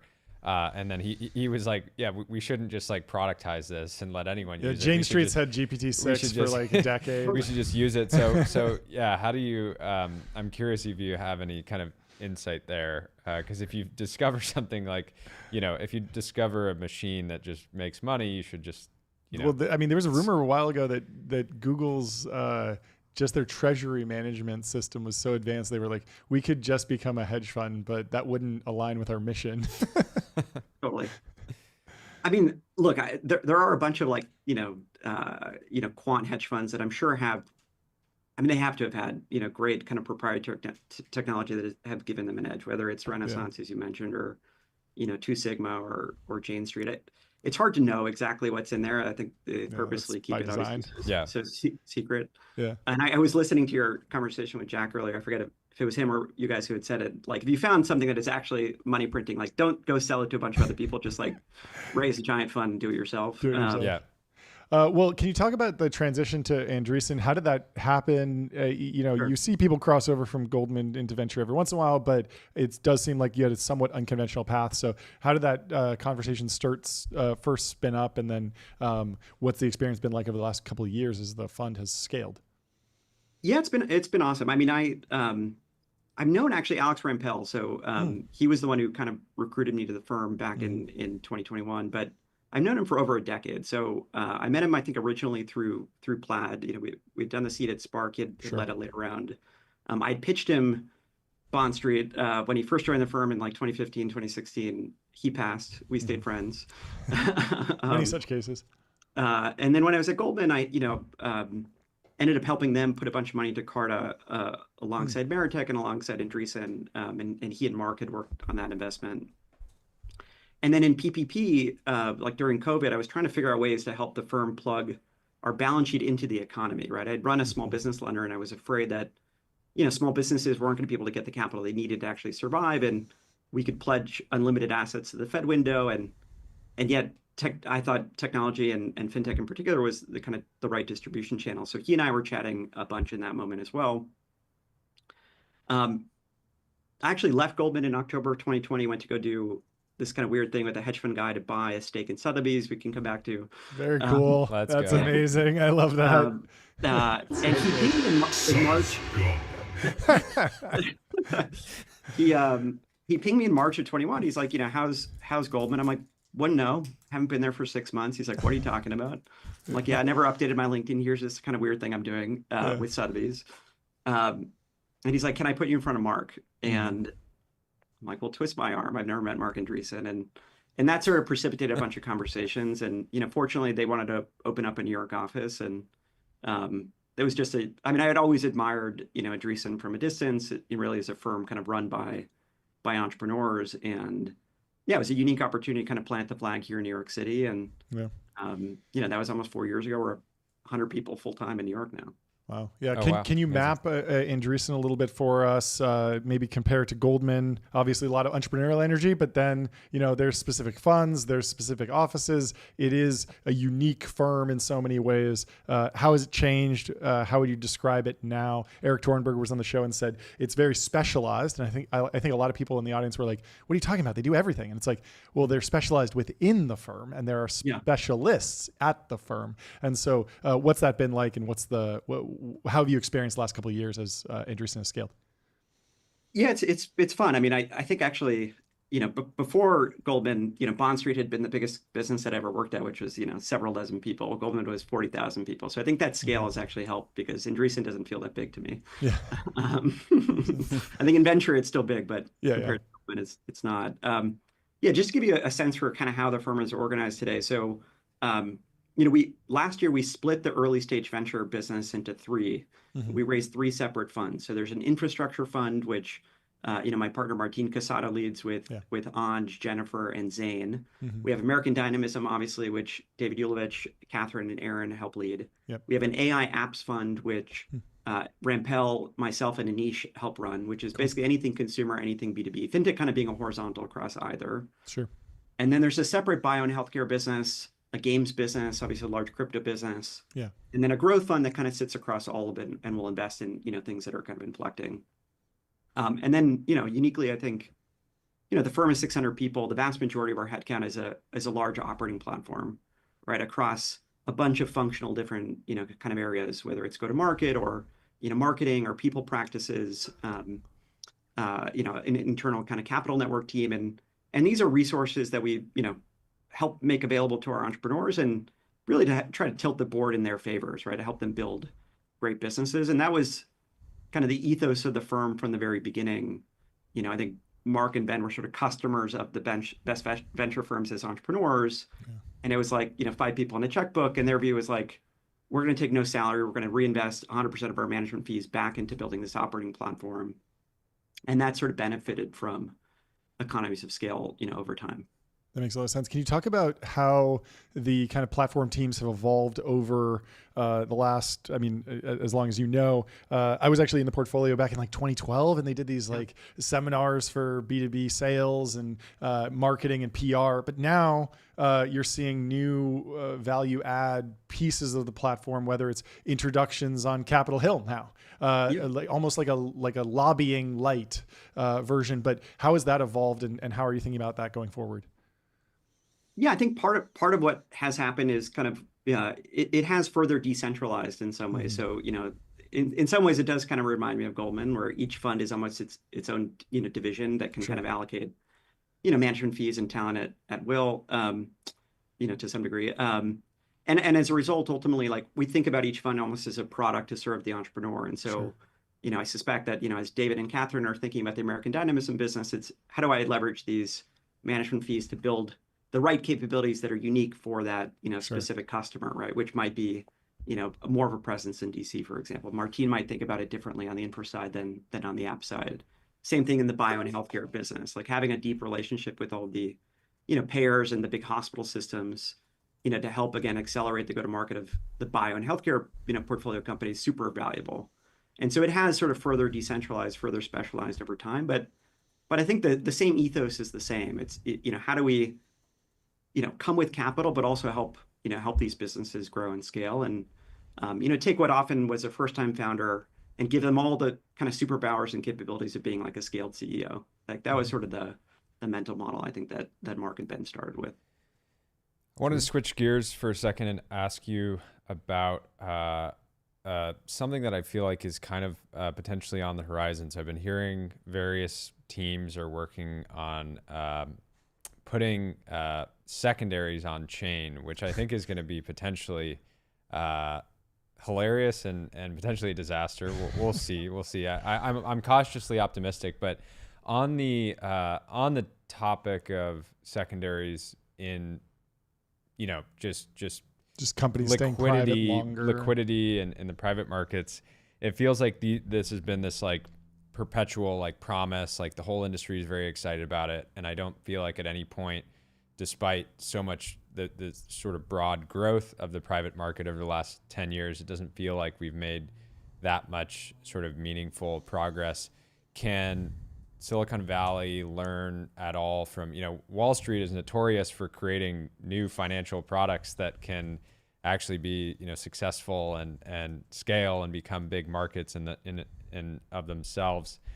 Do you expect secondaries to get there at any point in venture? Do you spend time thinking about that at all? It feels somewhat inevitable, but then at the same time, we've all seen how illiquidity can be such a feature and not just a bug like some people would have us believe. And are you talking specifically about like kind of employee secondaries or just like broadly, like just bringing like there's a public fund right now. There's a public and that was gonna be my that next owns a number of SPVs and look through exposure into various assets. It's more so bringing at the same time exposure, liquidity. I'm interested to see if you have any type of thesis here. The other thing we saw recently was Co2 coming out with a new fund that's a smaller fund with like a $50,000 minimum check size. And I didn't fully understand that move outside of wanting to create a product for maybe the next generation of, family offices and things like that. But I'm curious if you have kind of any type of vision on the next 10 years of. I don't, it's interesting. Like, I think there's been, I think there's a couple of big secular trends that are sort of happening. Like one, certainly companies are staying private longer. And I think that's driven the scale of the venture business, right? You can put more dollars into your winners over long periods of time. So it kind of makes sense to be able to capture the economics there. Yeah. I think the other kind of secular trend has been bringing, we're still early, I think, in that kind of wave, bringing alternative investments to wealth, like to the kind of mass affluent kind of wealth management channels, which, historically have largely been funded by kind of institutional investors and their like. And I think, the big private equity firms with REIT structures and credit products have done that much more aggressively. Venture is still, relatively speaking, a small asset class and a small business, and historically hasn't, I think, needed in large part to tap the kind of wealth ecosystem. And, time will tell how aggressively you can scale a venture business. I don't know that that's sort of that's not the goal necessarily, right? But I think if you're Apollo or Blackstone, trying to raise hundreds of billions of dollars, in real estate funds, wrapping it in a REIT product and distributing it through retail makes sense. And to do that, you need liquidity, right? Because an individual investor doesn't have the same sort of like time horizon. They need access to cash for various reasons. So you need to give them outs. And so the Co2 fund, I think, was a crossover kind of public and private fund with some liquidity gates. More power to them. We haven't done something like that. Can you talk about the application layer in artificial intelligence? There was this meme for a while, every wrapper is going to get steamrolled by the foundation models. I imagine you've been investing throughout that process, but has your thinking evolved, and have any of the recent milestones that we've seen, Windsurf going into OpenAI, that feels like, okay, maybe it opens the floodgates to every foundation model needs some dance partners here, and maybe that's an opportunity for liquidity at the early stage investing side. How have you evolved your thinking on the application layer and the opportunity there, whether in B2B or consumer?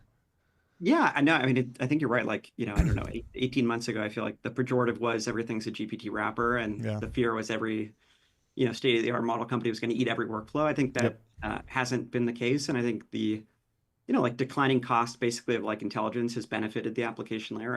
And not just in like text and reasoning, but across kind of every modality, whether it's voice or video or image. And so, both, I think the quality of entrepreneurs has kind of, I would say increased dramatically even in the past year. I think people building specific products for, with a deep understanding of the industry and the specific workflow that they're targeting, has changed, again, in the last like 6 months. And I think what you're seeing now is also not the sort of bottoms up. You're also seeing top down. You're seeing companies sort of own the end customer, own the end workflow, and then begin to build their own models, right? And I think the fear was sort of the inverse for a long period of time, but it's been easier to kind of route, prompts to different models and maybe capture, the highest margin, queries in your own model, right? Or, improve your own economics by owning some of that, that workflow internally.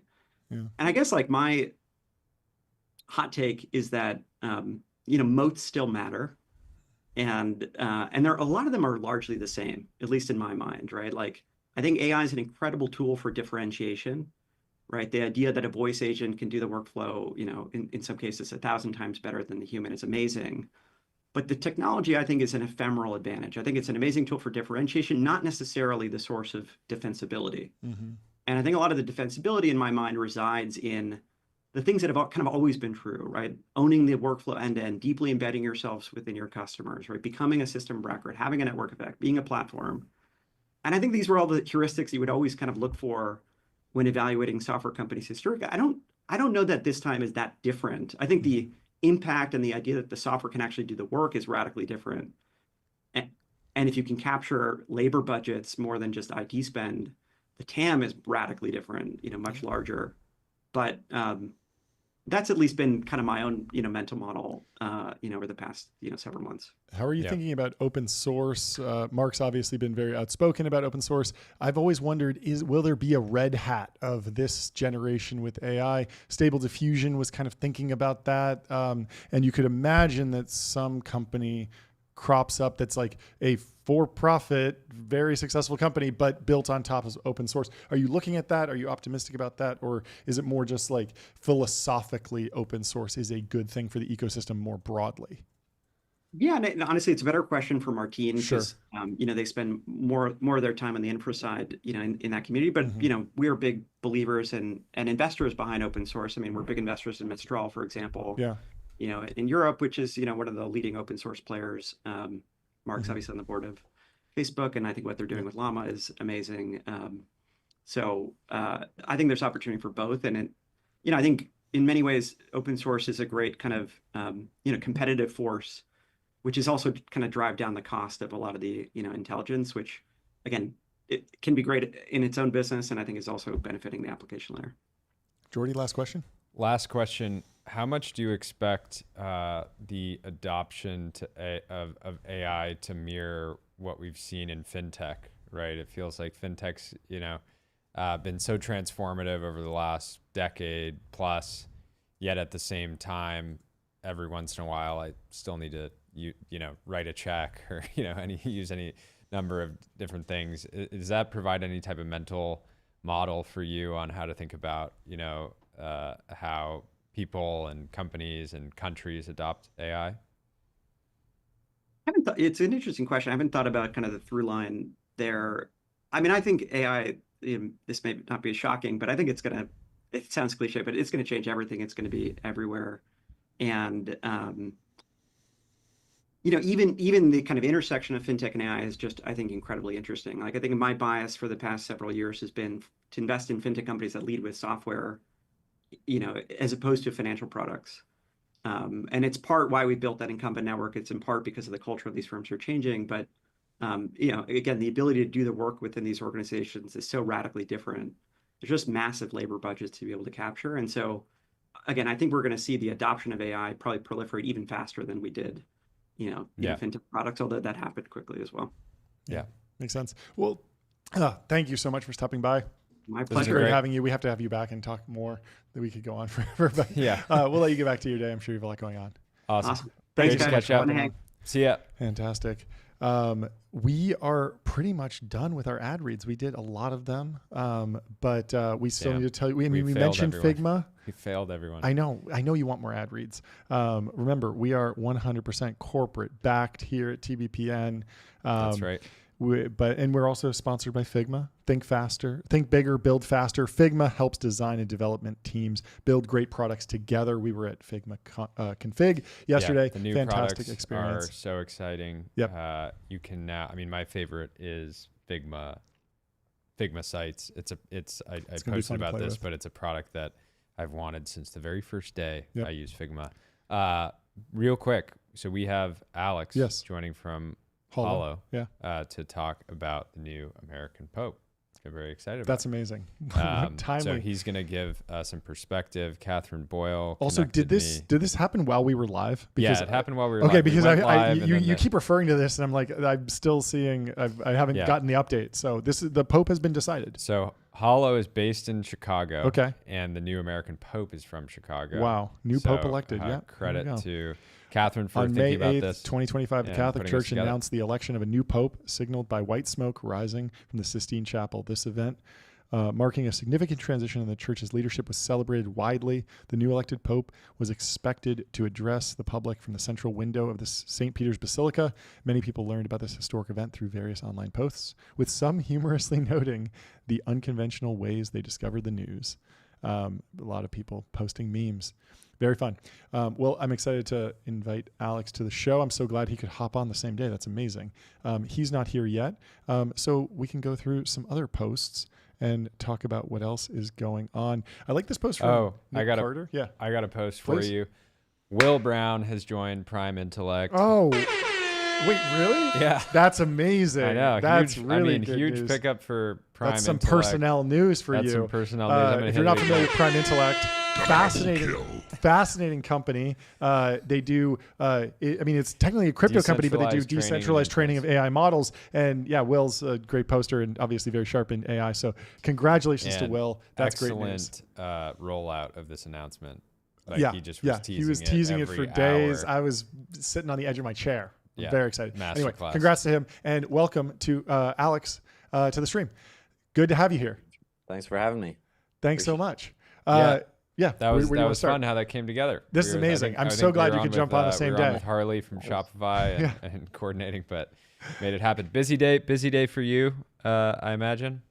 Yeah, it's a pretty exciting day for us. I mean, it's like a 1 in a million chance that the Pope happened to be American, and then that he happened to be from Chicago is crazy. That's where I am today. So yeah, it's been a fun day for us.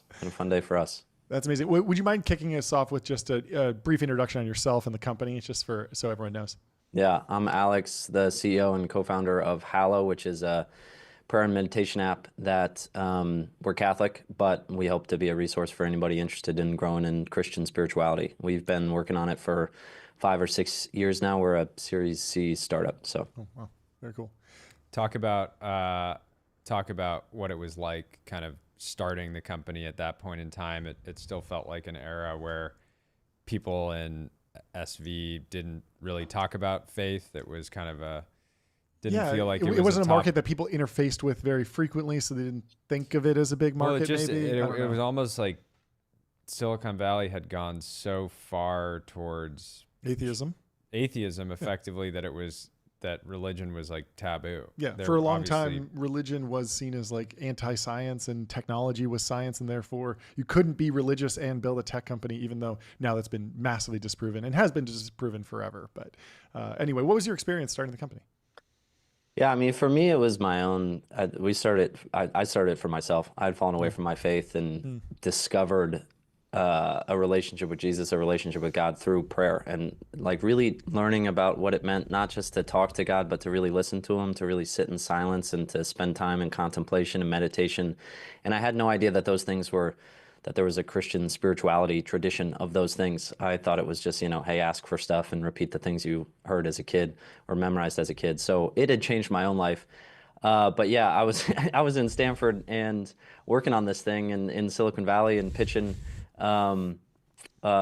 Jesus, a Jesus startup, and it was certainly not the not what people are used to hearing. Honestly, it was fun for me because I got to go to all these VCs, and my story is just my own relationship with Jesus and how he's changed my life and how he's brought me this peace and this love and this joy. And I just get to go into these boardrooms and just pitch my own faith, which is fun. But it's certainly the vast majority of people thought it was a stupid idea. I mean, 99%, but that's true for any startup. But yeah, I mean, it's like prayer, people don't pray anymore. They meditate. Prayer is a dying thing. It's been dying for a while. It's going to continue to die. And it's funny because Hallow is a contrarian idea really only in like Silicon Valley and New York. Totally. If you go to, the middle of the country, even if you come out here to Chicago and you're like, hey, do you want a meditation app or do you want something to help you grow in your faith? The latter is much more, it's like, no, 75% of Americans are praying every week. It's a really important part of people's lives, and it's nobody's trying to do anything to help people. But so in Silicon Valley though, it's fun because it's a contrarian idea. So it was always fun to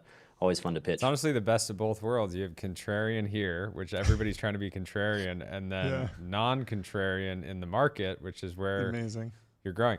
Have you seen a big surge of downloads around the conclave and religion is it's the global news story this week. Does that drive growth for the business? Yeah, we take it really seriously to try to help.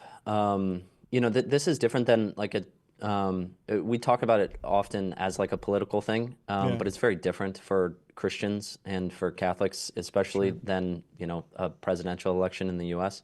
And the most important part for us is, and this is true also for political elections, but certainly for this, the most important part is prayer.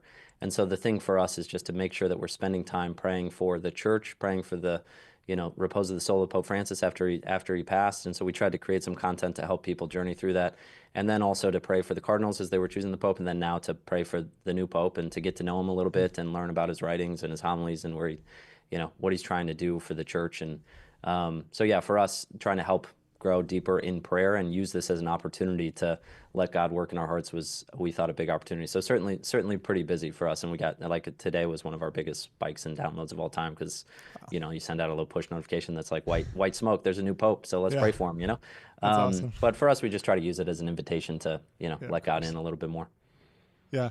How do you think about design of the app? I feel like the App Store is so competitive, and there's so many dark patterns when it comes to, you know, mobile games. I'm sure you're trying to use best practices, but you probably have a moral framework that you're following, the lines that you don't cross. How have you thought about actually building the app to be something that can grow and be a fantastic business while still like satisfying the core mission of the company? I would certainly hope we have a moral framework. I care a lot more about getting into heaven than our retention rates, but but retention's important. Actually, it's funny because retention's a great example. Like, we work a lot on retention. You want to drive great retention, and for us, what that means is we measure retention based off of whether you're starting a prayer or whether you're praying on the app. And so a retention rate is just, okay, if you downloaded the app, you're looking to grow deeper in your faith, you're looking to try prayer and meditation and growing in your spirituality. How successfully did we help you to build a daily habit of prayer? And that's a really, you know, that's the core of our mission. But it also, you know, as a subscription business, which there's a free version of Hallow and then a subscription version. But as a subscription, that's also all you care about, is trying to get new subscribers in at low CACs and then try to keep retention, which for us is just adding value to people. You know, there's a lot of people who have a lot of very strong opinions on this, but like Christianity and the church especially has always had a very clear stance, which is like business and economics and certainly entrepreneurship can be forces for real good. They can be used for evil, and most of the time they are. And that's the same with technology. Like, most of the stuff on the internet is bad. It's at least, if not bad, distracting and noise and awful for like your soul. But God can still use it. So just because we screw it up the vast majority of the time doesn't mean that God can't use it for his own good to try to bring joy and love into people's lives. And it's the same thing with, you know, startups, which is, and even Pope Francis was really clear on this, like startups and business can be a tremendous force for good as long as you're doing them with a spirit of service aligned with, you know, the right values, treating your employees well, trying to serve your customers, not trying to do dark patterns or anything, and doing it in a way where money is a tool and never the object. If it's the object, you're always going to leave unfulfilled. It's always going to be sad. It's never going to be the end all be all. You're trying to make it your God. But if you use it as a tool, then it can be a great tool to help, you know, serve your brothers and sisters around you. Can you share a little bit more around the news today and around Pope Leo?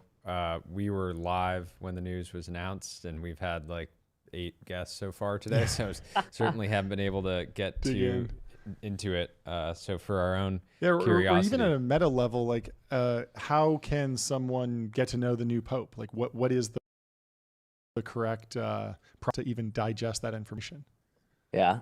Well, in a self-serving spirit, we have a challenge launching that is to get to the new Pope and to pray and to try to spend some time in silence, but also to get to understand the new Pope. And most of the time it's through homilies. So these are cardinals that are chosen who were then priests and then bishops and then they're cardinals. And so they've given a lot of homilies, they've given a lot of sermons, and you can tell a lot about where a person's heart is at, what they're trying to do in the world and what they think the world needs and what, you know, they've heard from folks in terms of what they need from their homilies. But, you know, at a super high level for the folks who haven't been following the news, a new Pope was chosen. Pope Francis passed away. This was the Monday after Easter Sunday, which is beautiful. Like, his last day was Easter Sunday, which is just such a beautiful time. But then there's a period of mourning, and then the cardinals get together in this like super old school in the Sistine Chapel, beautiful place, and they vote for a new Pope. And it started yesterday, so it's been 2 days, so it's relatively quick, but they go through these rounds of voting each day, and you have to get to 2/3, and then that's the new Pope that's chosen. And today the new Pope was chosen, and it's Pope Leo the 14th, which is the name that you choose the name as a pope, and he is a cardinal from he was a cardinal from Chicago who lived in Peru for about 20 years, trying to serve especially the poor and act as a missionary. But then he worked in the Vatican for a while and got familiar with all the Vatican stuff, and was a very good worked very closely with Pope Francis. It's crazy because he's the first American pope in the history of the papacy, which is insane. It's not that crazy because the church has been around for 2,000 years and America's only been around for a few hundred. But it's the first American pope, which is huge, from Chicago, which I live in Chicago currently with my wife and kids, and Hallow is based out of Chicago, so that's just insane. I mean, he was like, people kind of thought maybe he was in some sort of list of front runners, I guess, but certainly not top 5. Nobody would have thought he was, the top 3 or 4 or 5. For me, it's and then he comes out and he blesses the city of Rome and then the whole world. So it's this picture where he's out on the balcony blessing everybody. And he gave this really beautiful speech of, just how God loves each of us and he just wants to enter each of our hearts, and that we shouldn't be afraid and we should go forward with faith and with hope and with the protection of Mary and the angels and all the fun Catholic stuff, but really just to let God into our hearts. And so he gave this beautiful speech. It'll be fun, but he's 69 years old, so he'll be the Pope for probably 20 years, or he's a relatively young Pope. So it's a cool thing to get to witness. That's very cool. Are people already reading into the political implications of this? I know the Wall Street Journal was a little bit critical of Pope Francis for some environmental decisions he made. What are people expecting from the Pope in terms of political leadership or shifting the culture around the politics of the church? Yeah. We always, and especially as Christians, we run into this all the time. And it's what happens in the gospel. You read the gospels and you read the Bible, and what they tried to do to Jesus was they tried to bucket him into these political things. Yeah. And they were like, oh, you say you're the Messiah, so aren't you supposed to overthrow Rome? That's the current operating power. And he's like, guys, yeah. I'm not focused on your right-left fights. I'm not focused on your little disagreements with your politics.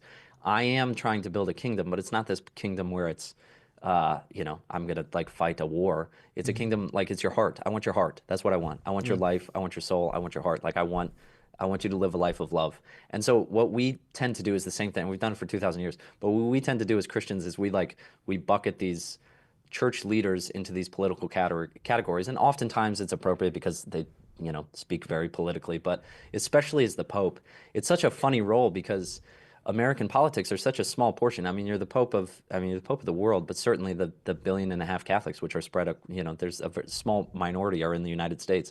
And so even just thinking, for me with Hallow, we have a global population now, and thinking of politics in different countries is just you can't really compute it. But what what Francis was really focused on, I think, was trying to share the love and the mercy of Jesus with people, especially people who are the most marginalized, who are in the toughest places. Honestly, it's a lot of what we try to do at Hallow, and I think this is what Pope Leo will continue. Pope Leo XIV will continue to try to do it. He spoke a bunch of it about that in his first kind of blessing. He's spoken about it before. I mean, one of his quotes that I looked up that I loved was we spend so much time as Christians focused on teaching and on theology, which is important. It's a beautiful part of the faith. But we forget that the first thing that we're supposed to teach is just hey, there's this dude that I know that's awesome, that I love, and I want to share him with you. Now, he said it much more beautifully than that. He said, the first thing we have to teach is to know and love Jesus Christ. But it's the person. It's not like this set of facts or ideologies or politics or whatever. It's no, I just have this guy I want to share with you, this relationship that I want to share with you. That's all.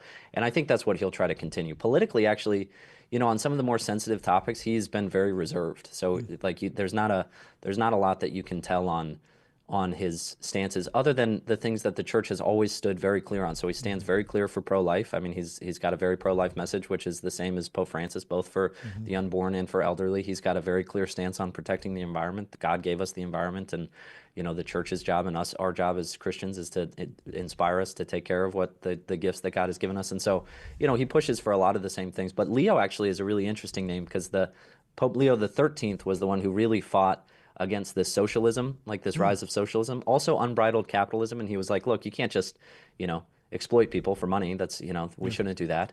But also there is private property, and it was really fighting against this rise in communism. And so choosing the name Pope Leo does actually say a lot of really interesting things about what he's hoping for the church.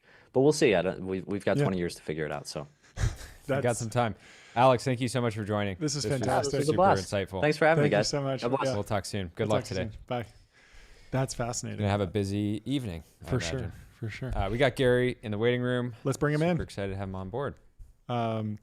Yeah, what a great topical update. I'm excited to dive more into the Pope and kind of understand where he lands on everything.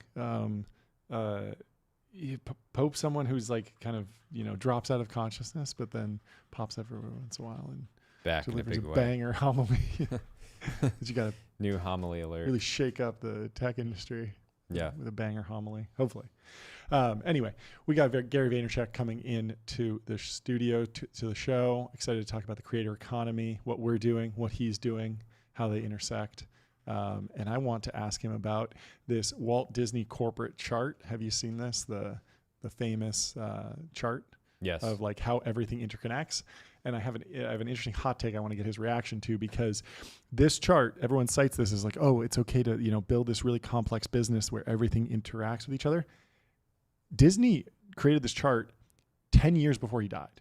He was 50 and had spent 30 years building the Disney empire. Yeah. This was a reflection on his life and his career. And we got Gary in the studio. So welcome to the stream, Gary. How you doing? Oh, welcome! In the back of the car. There we go. Where are you? Where are you going? Wait. How was Bloomberg? You were over on Bloomberg TV. I was on Bloomberg TV a few minutes ago, and now I'm upgrading to the most important business show in the world. Thank you. First of all, men, you guys look very sharp. Thank you. Yeah, we try and dress up. We take it professionally. We are the media. You guys look good.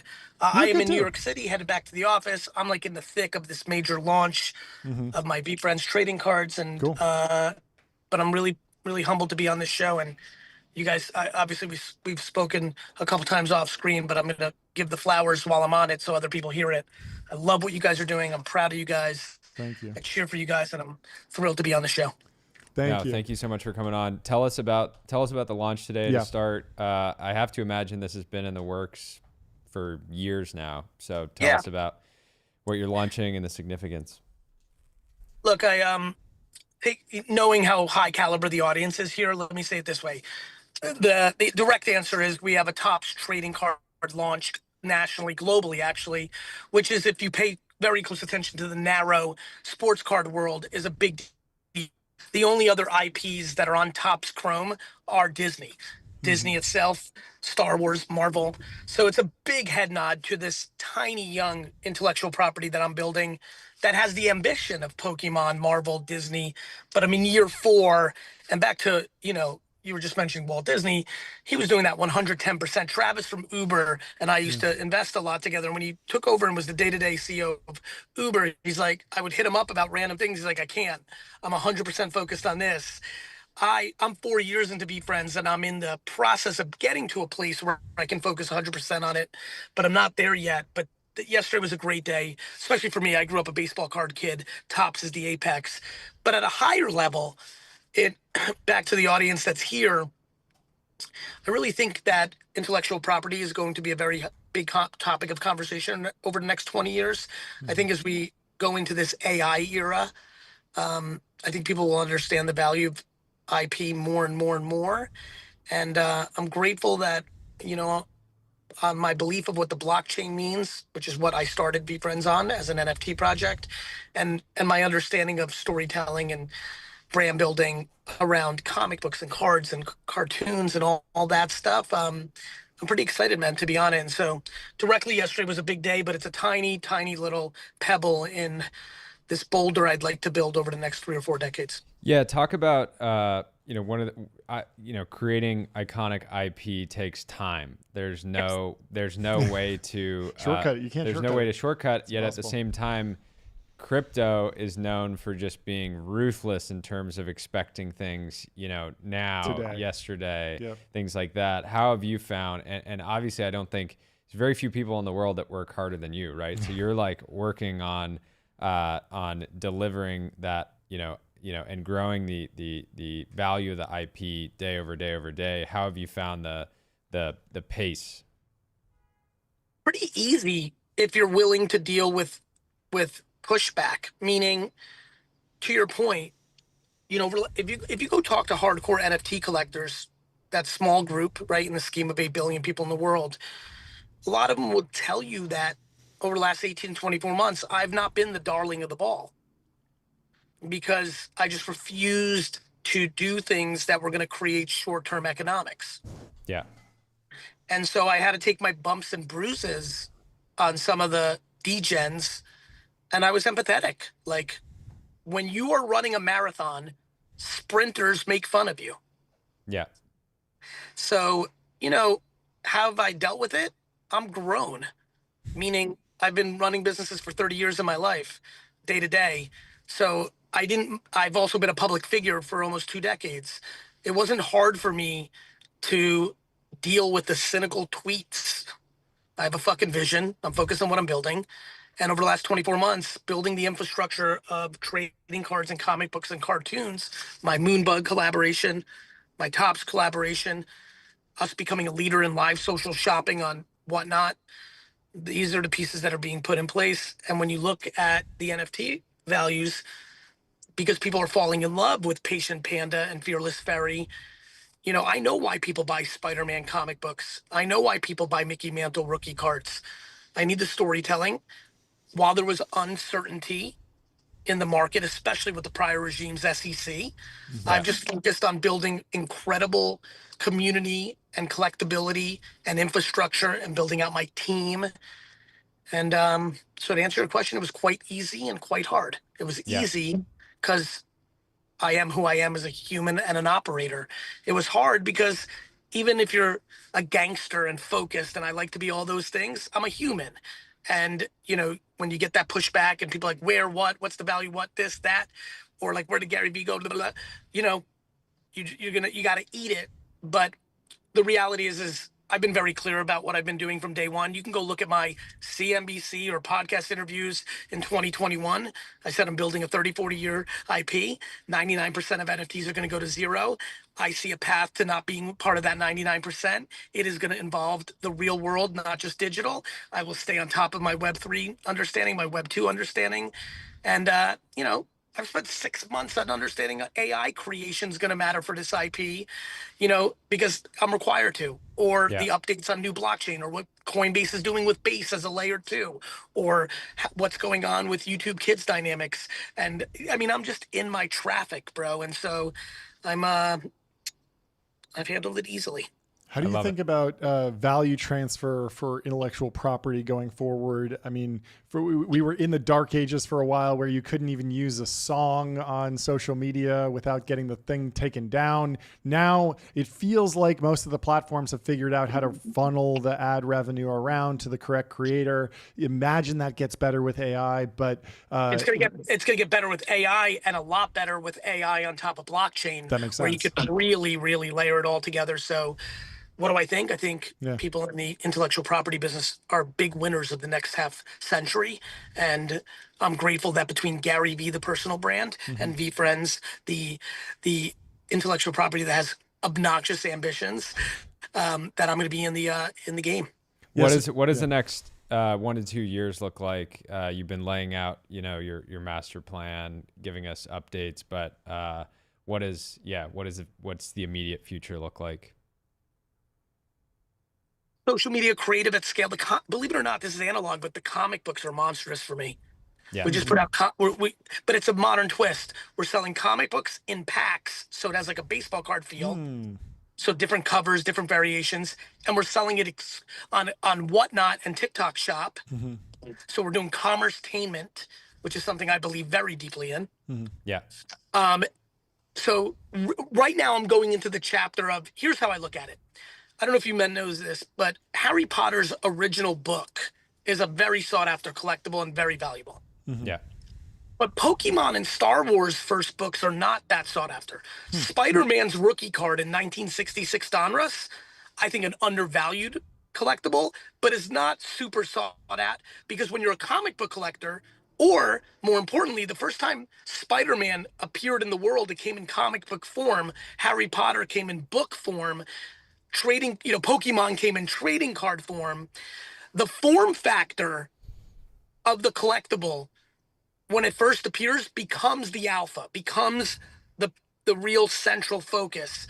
And then the IPs expand into everything from pajamas to cereal to vitamins to movies to video games. What I'm focused on right now is getting people to fall in love with my characters. So animation, social media content, comic books, trading cards that have stories on the back.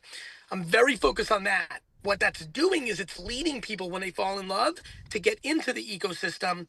And that brings them back to wanting to own VFriends Series 1 NFT, because that is the original origin of the IP. So next 24 months is keep my eye on macro technology, make sure I'm utilizing AI and everything that it brings to the table for me to expand the output of my creative, both in volume and quality. Pay deep attention to the new blockchains and the layer 2s and the innovations that are happening in NFT land, because obviously, this is at the end of the day, a digital collectible first and everything else second. And then most of all, figure out more ways for people to fall in love with Ambitious Angel and Balanced Beetle and the Very Lucky Black Cat. You said you're one of the most active sellers on Whatnot. Are VCs still underrating live shopping? It feels like one of those things that took off in Asia, but there haven't been that many power. I would say outcomes it's taken in off in certain subgroups and for certain product types here and certain demos. But I'm curious, as a seller, how do you view it today? I view the QVCification of social media as one of the most significant micro emerging trends in the community of venture capital, private equity, business opportunities for entrepreneurs and humans. I think it is incredibly real. I wouldn't call that VCs are underrating it. I think Whatnot got an obnoxious valuation, but I think that's the macro infrastructure. To your point, I think small businesses and entrepreneurs and startup founders are underestimating it. If you sell something physical, if you sell something and live social shopping is not part of your daily debate strategy and then ultimately execution, you're misplaying spring of 2025. If you sell vitamins, if you sell underwear, if you sell racquetball, if you sell something and this is not part of your repertoire, you're basically similar to someone who's not using social media at all in 2008-9, which means you're not going to go out of business. It's not like you're a doofus and you're dead. It means that you're leaving an obnoxious amount of opportunity on the table. Yeah, that makes sense. That's a good framework. Anyway, well, we'll get on there and we'll start selling 2026 ad slots we got it. right next to you. I know we got a hard stop. Anything else you want to share? You know what's funny? I want to say thank you, and I want to say commercetainment. You may not sell ad slots because that's a different form factor, but if you don't think that you guys could sell, and I don't think this is the right move for the tone and tenor what you're doing. However, there are general business items that this show could sell at scale, even passively, while people are watching with shop for a briefcase, or these are the best travel shoes, or fucking, I don't know, fountain pens. I don't give a shit. Like, you guys could dominate. Love it. I love domination. I want to dominate everything we do. We'll discuss offline. We'll put our master plan I want together. standing desk floating across the screen, and we're saying buy order now, buy order now. Treadmill 3 left. Great to see you, Gary. Fantastic. Have a good one. Safe Congrats. travels. We'll talk to you soon.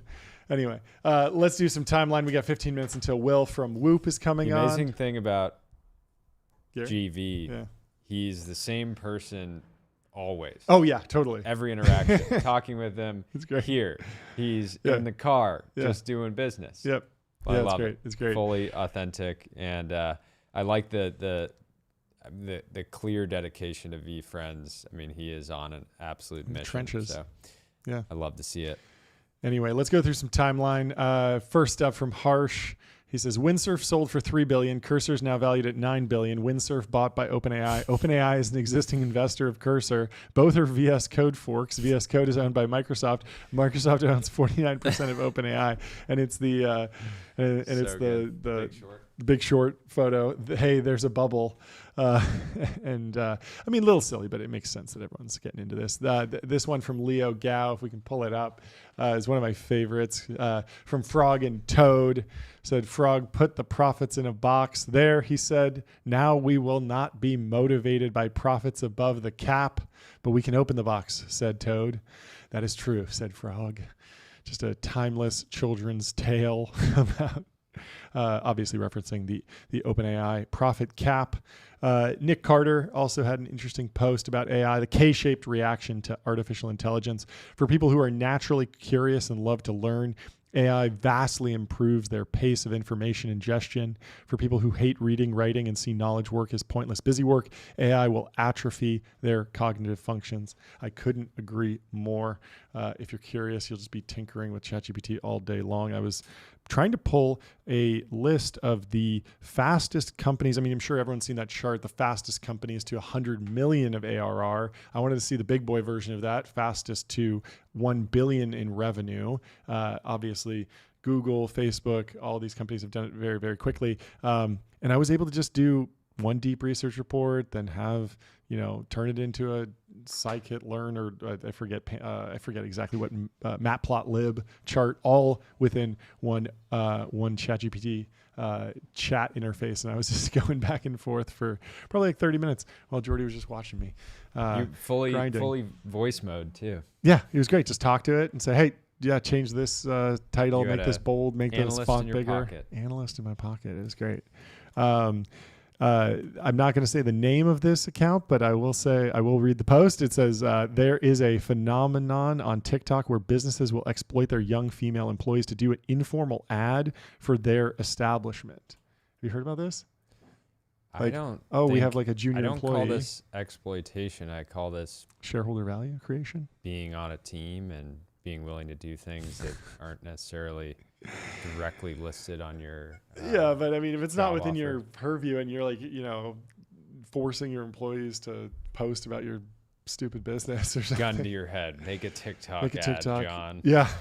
I mean, I don't know. It seems kind of silly. But yeah, I mean, you got to negotiate that in your employment contract. Hey, this isn't part of my job if I don't want to be doing TikTok for you. Anyway. You can always say no to TikTok ads. There's this video that went out from Frothless. The money isn't real. I don't know if you saw this video, but it has a very cool like retro vibe. I don't even know if we can play it, but yeah, it looks fun. It has this very cool like retro VHS vibe, and it's making all these points about like crypto's the future, money isn't real, gold standard dropped, and the whole time I was watching it, I was just like, this feels like an ad for buying gold. Like you can still just buy gold, and yet it's funny that like 90% of this is just an ad for gold, and then at the last second it's just like, oh, actually buy Bitcoin or some it's actually don't even buy Bitcoin, it's like buy $crypto on Solana or something like that. It was like a very odd pitch. You're getting a meme coin ad. Yeah, it was a meme coin ad, and I was like, I feel like a lot of the statements you're making are just gold bug talking points basically. Anyway, Rohit says, this image is unironically worth 100 billion in annual revenues. Did you see this? Gemini Advanced, you ask it, what are the best headphones in the world? It says, it's a classic question with a delightfully complex answer. There's no single best pair of headphones in the world. Let's dive into it. Gives you this big, long text response. And then on the other side, you go to Google and you click and you search world's best headphones, and it just immediately shows you exactly what you can buy. And what was your interpretation of this post? Like, what do you think Rohit's trying to say with this? Well, I mean, first, this just goes back to what I was saying earlier. It's like the Google dilemma will be a HBS case study within probably 5 years around disrupting yourself. Yeah. But not in necessarily a great way, right? There's some businesses that like, we're going to disrupt ourselves, and they sort of launch an iteration of what they're doing, but don't kill their golden goose. I mean, I think this is the funny thing here is, I think that a lot of consumers, the right side, just getting shown the pretty picture. I completely agree. I completely agree. I don't think the LLM response is better here. I don't want to see a wall of text. With headphones specifically are not necessarily the best example, because it's emotional. It's like a part of your outfit. It's highly personality driven. It's not necessarily like, I want a visual response. And also I want like the data can be presented in UI better than just a big long text block. So you look at the bows over here and it has the price, the brand, which is important, the star rating, that's also important. But I mean, Gemini could easily just add those sponsored, modules. Yes. But in terms of like big block of text, like, 4,000 words on the best headphones, like that's cool. Yeah. But I'm okay with the LLM kind of noodling on the question, but I do still think that a lot of people would prefer just to have a visual representation of like, here's what we think are the best. Here's 5 others that are potentially in the running in the conversation. And here's images, prices, just basically write an entire Wirecutter report. But instead of just being so this highlighted to me just like the gap between the current UI for some of these some of these use cases and then text. Yes, text is the universal interface, to quote Rune, but there still is a lot of benefit that comes just to UI and imagery. Yeah, the interesting thing here is, I mean, very easy for Google to just like move the sponsored module into the LLM. Yeah. But the bigger issue for them is, ChatGPT being the preferred consumer LLM and growing astronomically. Yeah. And you imagine that, Google has a decent image generation. I think they have actually a great one, especially with VO, the new video module. So, but there really is integration challenge in putting all of these together. Like we've been joking about, like the PDF upload, like when will, like all these different models that you have to choose from, everything's buried in drop downs and menus. It really would be better, like actually integrating all of the different AI models into one unified search box. Like that's what Google has done over the past 20 years, right? Like you search for a flight, it knows, hey, let's go to the flight UI, and it has different, it instantiates a UI that's not developed on the fly. It's not coded on the fly. AI certainly has that promise of that, but there's still plenty of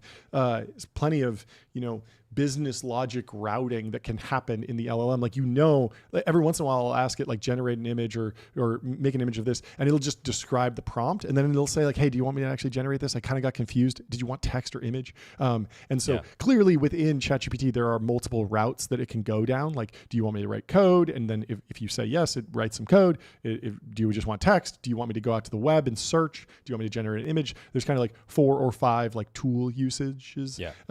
Google, when you search, has like 10 or 50, I don't know, hundreds, because there's like the Wikipedia knowledge box. There's also the flights, there's images, there's videos, there's all these different things that it can search and turn up in the UI. And the gap between that and where the LLMs are today, especially for some of the less productized AI products, really is it's clearly like a path that OpenAI is marching down, but it's going to take a while.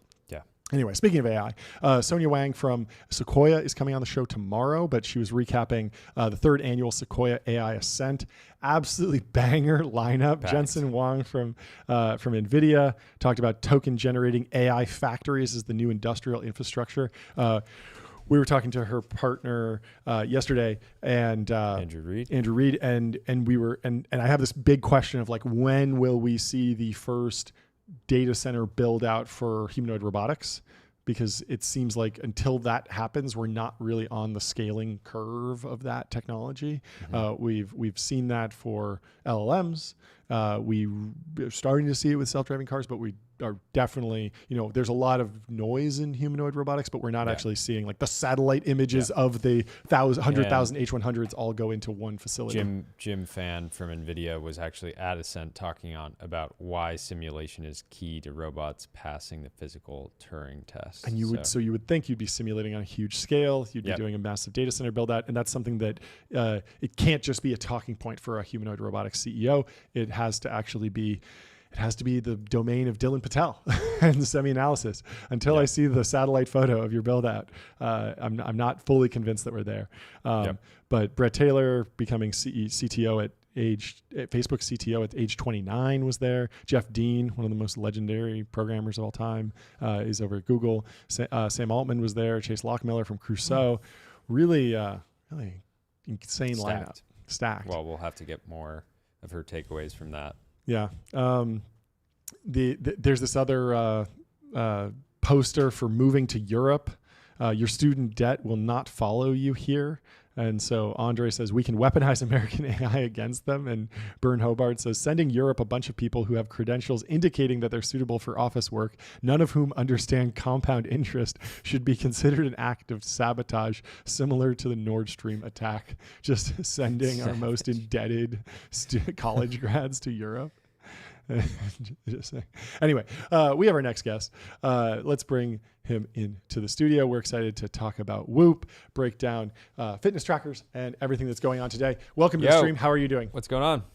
Hey, what's up, guys? How we doing? We're good. Doing great. Big day for you today. Yeah, congratulations. Bring it down for us. No, it's great to be on with you. It's an exciting day for Whoop. Obviously, we build wearable technology designed to improve health and performance. I've been building this company for 13 years. Wow. And I think if you chart kind of the history of the company, it started really around, high-end athletic performance. And I think for the past decade, you've slowly seen the company evolve from being focused on, the world's best athletes to being focused on a much more general population. And in a lot of ways, our launch today, I think, crystallizes that. We came out with two new hardwares, the Whoop 5.0 and the Whoop MG, 14-day battery life, a whole set of new health sensing, a battery pack that gives the sensor up to a month of charge without needing another charge.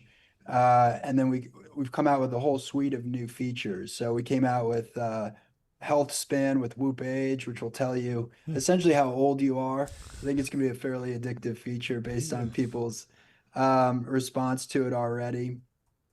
We came out with a heart screener with ECG, so you'll be able to screen your heart with a medically cleared feature that's cleared by the FDA, so you can do ECG monitoring, see if you have AFib, which affects about 1% to 2% of the population. We came out with a whole new suite of women's health features, which is pretty exciting. Menstrual cycle coaching, and then of course, like all sorts of new bands and apparel. We announced that we're going to be doing blood testing soon. So what started wait, you skipped over that, but I'm curious to dive deeper. Is that blood testing in people can visit labs or have somebody come to them, or how far away from my Whoop being able to takes your blood while you're wearing it? Just give me a little prick, the original. The hardware itself won't be giving you the prick, but we are going to enable clinical lab blood tests, which will then be integrated into your Whoop data. I think a challenge that everyone feels as a consumer who cares about their health is, I've got some data over here, I've got some data at a doctor's office, I've got my Whoop, I've got wearable data, and none of that information is connected. And we're trying to bring more of that under the same umbrella. So, we went from having strain, sleep, recovery, health monitoring, stress monitoring. We've now added things like ECG metrics. We came out with blood pressure today, which is a huge deal. Wow. And then, on top of that, we're now going to be introducing things like blood testing. So when you start putting all of this data under the same roof, and you can layer in coaching and analysis, different forms of artificial intelligence, it's pretty powerful what you're going to be able to tell people. That's amazing. How competitive are you and the team, and how much does that impact your kind of product development cycle? I mean, I have to imagine, obviously there's a variety of fitness and health trackers out there, but you guys seem to be very clearly at the edge with this new launch, and I imagine already working on the next iteration. But what's the culture like internally? I wouldn't say we spend a lot of time thinking about or talking about the competition, in part because the space for wearables went from actually being incredibly competitive to now having maybe the fewest players it's ever had. Yeah. If we were to talk about competition 10 years ago, right? I started the company in 2012, but let's say like 2015, we'd be talking about Nike and Adidas and Under Armour and, Fitbit and Jawbone and Intel and Microsoft and Samsung and Google, and here are all the other companies that are going to enter the space, and Amazon's coming and Facebook's coming. And of course, Apple has been in the space. So today, it's really only like 3 or 4 companies that I think are playing a big role in pushing health monitoring. And I think we got this far by having our own point of view on the space. We've done things a little differently. We built a device that doesn't have a screen. It really just focuses on health monitoring. It doesn't do a bunch of other things. It's not it's not a tool that you can get emails with or call an Uber with. It's really focused on health monitoring. So, I think competition's real. I think you want to be paying attention to the market. But I wouldn't say that we spend a lot of time talking about competition. Now, that doesn't exactly answer your question because you asked if we're competitive. And I would say we are competitive. We like to win. When Amazon knocked us off, so Amazon met with us in like 2018 to invest in the company, never invested, came out with a copycat product in 2020 called the Amazon Hallow. And we were so competitive then towards them that their forwards on every circuit board we manufactured, we wrote, "Don't bother copying us, we will win." And we literally, that message was actually directed directly at Amazon because we knew because you knew they were going to reverse engineer it, right? Yeah, we knew they were taking our product apart. And so there was sort of like an inside joke that, of course, they were going to have to see that message. That's hilarious. That's so demoralizing. You're like you're one product manager of 300, working on Hallow, and you just like discover this. You're That's like, hilarious. guys, I have some bad news. We're being sent messages. Can you talk about the? I'm particularly interested in the health span feature. I've tried a variety of different various testing companies over the years. I'm an investor in famously your biological age is like what, 5 years old, 3 years old? Yeah. This is our joke. Like there's this kind of like competitive dynamic if you're doing anything related to biomarkers that like you would just drive it down. Eventually, like they're gonna tell me I'm actually -1, like I'm still in the womb biologically. But how do you guys kind of work? What does that product actually look like in practice, and what was important to get right there? Yeah, it's a feature we've worked on for a few years now, and it's called Health Span with Whoop Age, and it really has 2 key numbers. The first is your Whoop age, which is essentially what we define as your real biological age, which is obviously different than your chronological age. And then it's got your pace of aging, which ranges from -1x to 3x, and the lower the better for that. And those 2 numbers kind of play off one another. The age itself is based on 6 months of data, and the pace of aging is looking at your last 30 days. So you kind of get a sense for, have my recent behaviors been positively affecting my overall health? And we developed this feature in partnership with the Buck Institute, which is one of the top institutes for longevity in the world. And in particular, we worked with an expert named Dr. Eric Verdin. And we looked at a universe of all the different variables that are related with all-cause mortality. And, we looked at a pretty large universe of different metrics, but ultimately we settled on 9 that most closely correlated with all-cause mortality, or were leading indicators of all-cause mortality.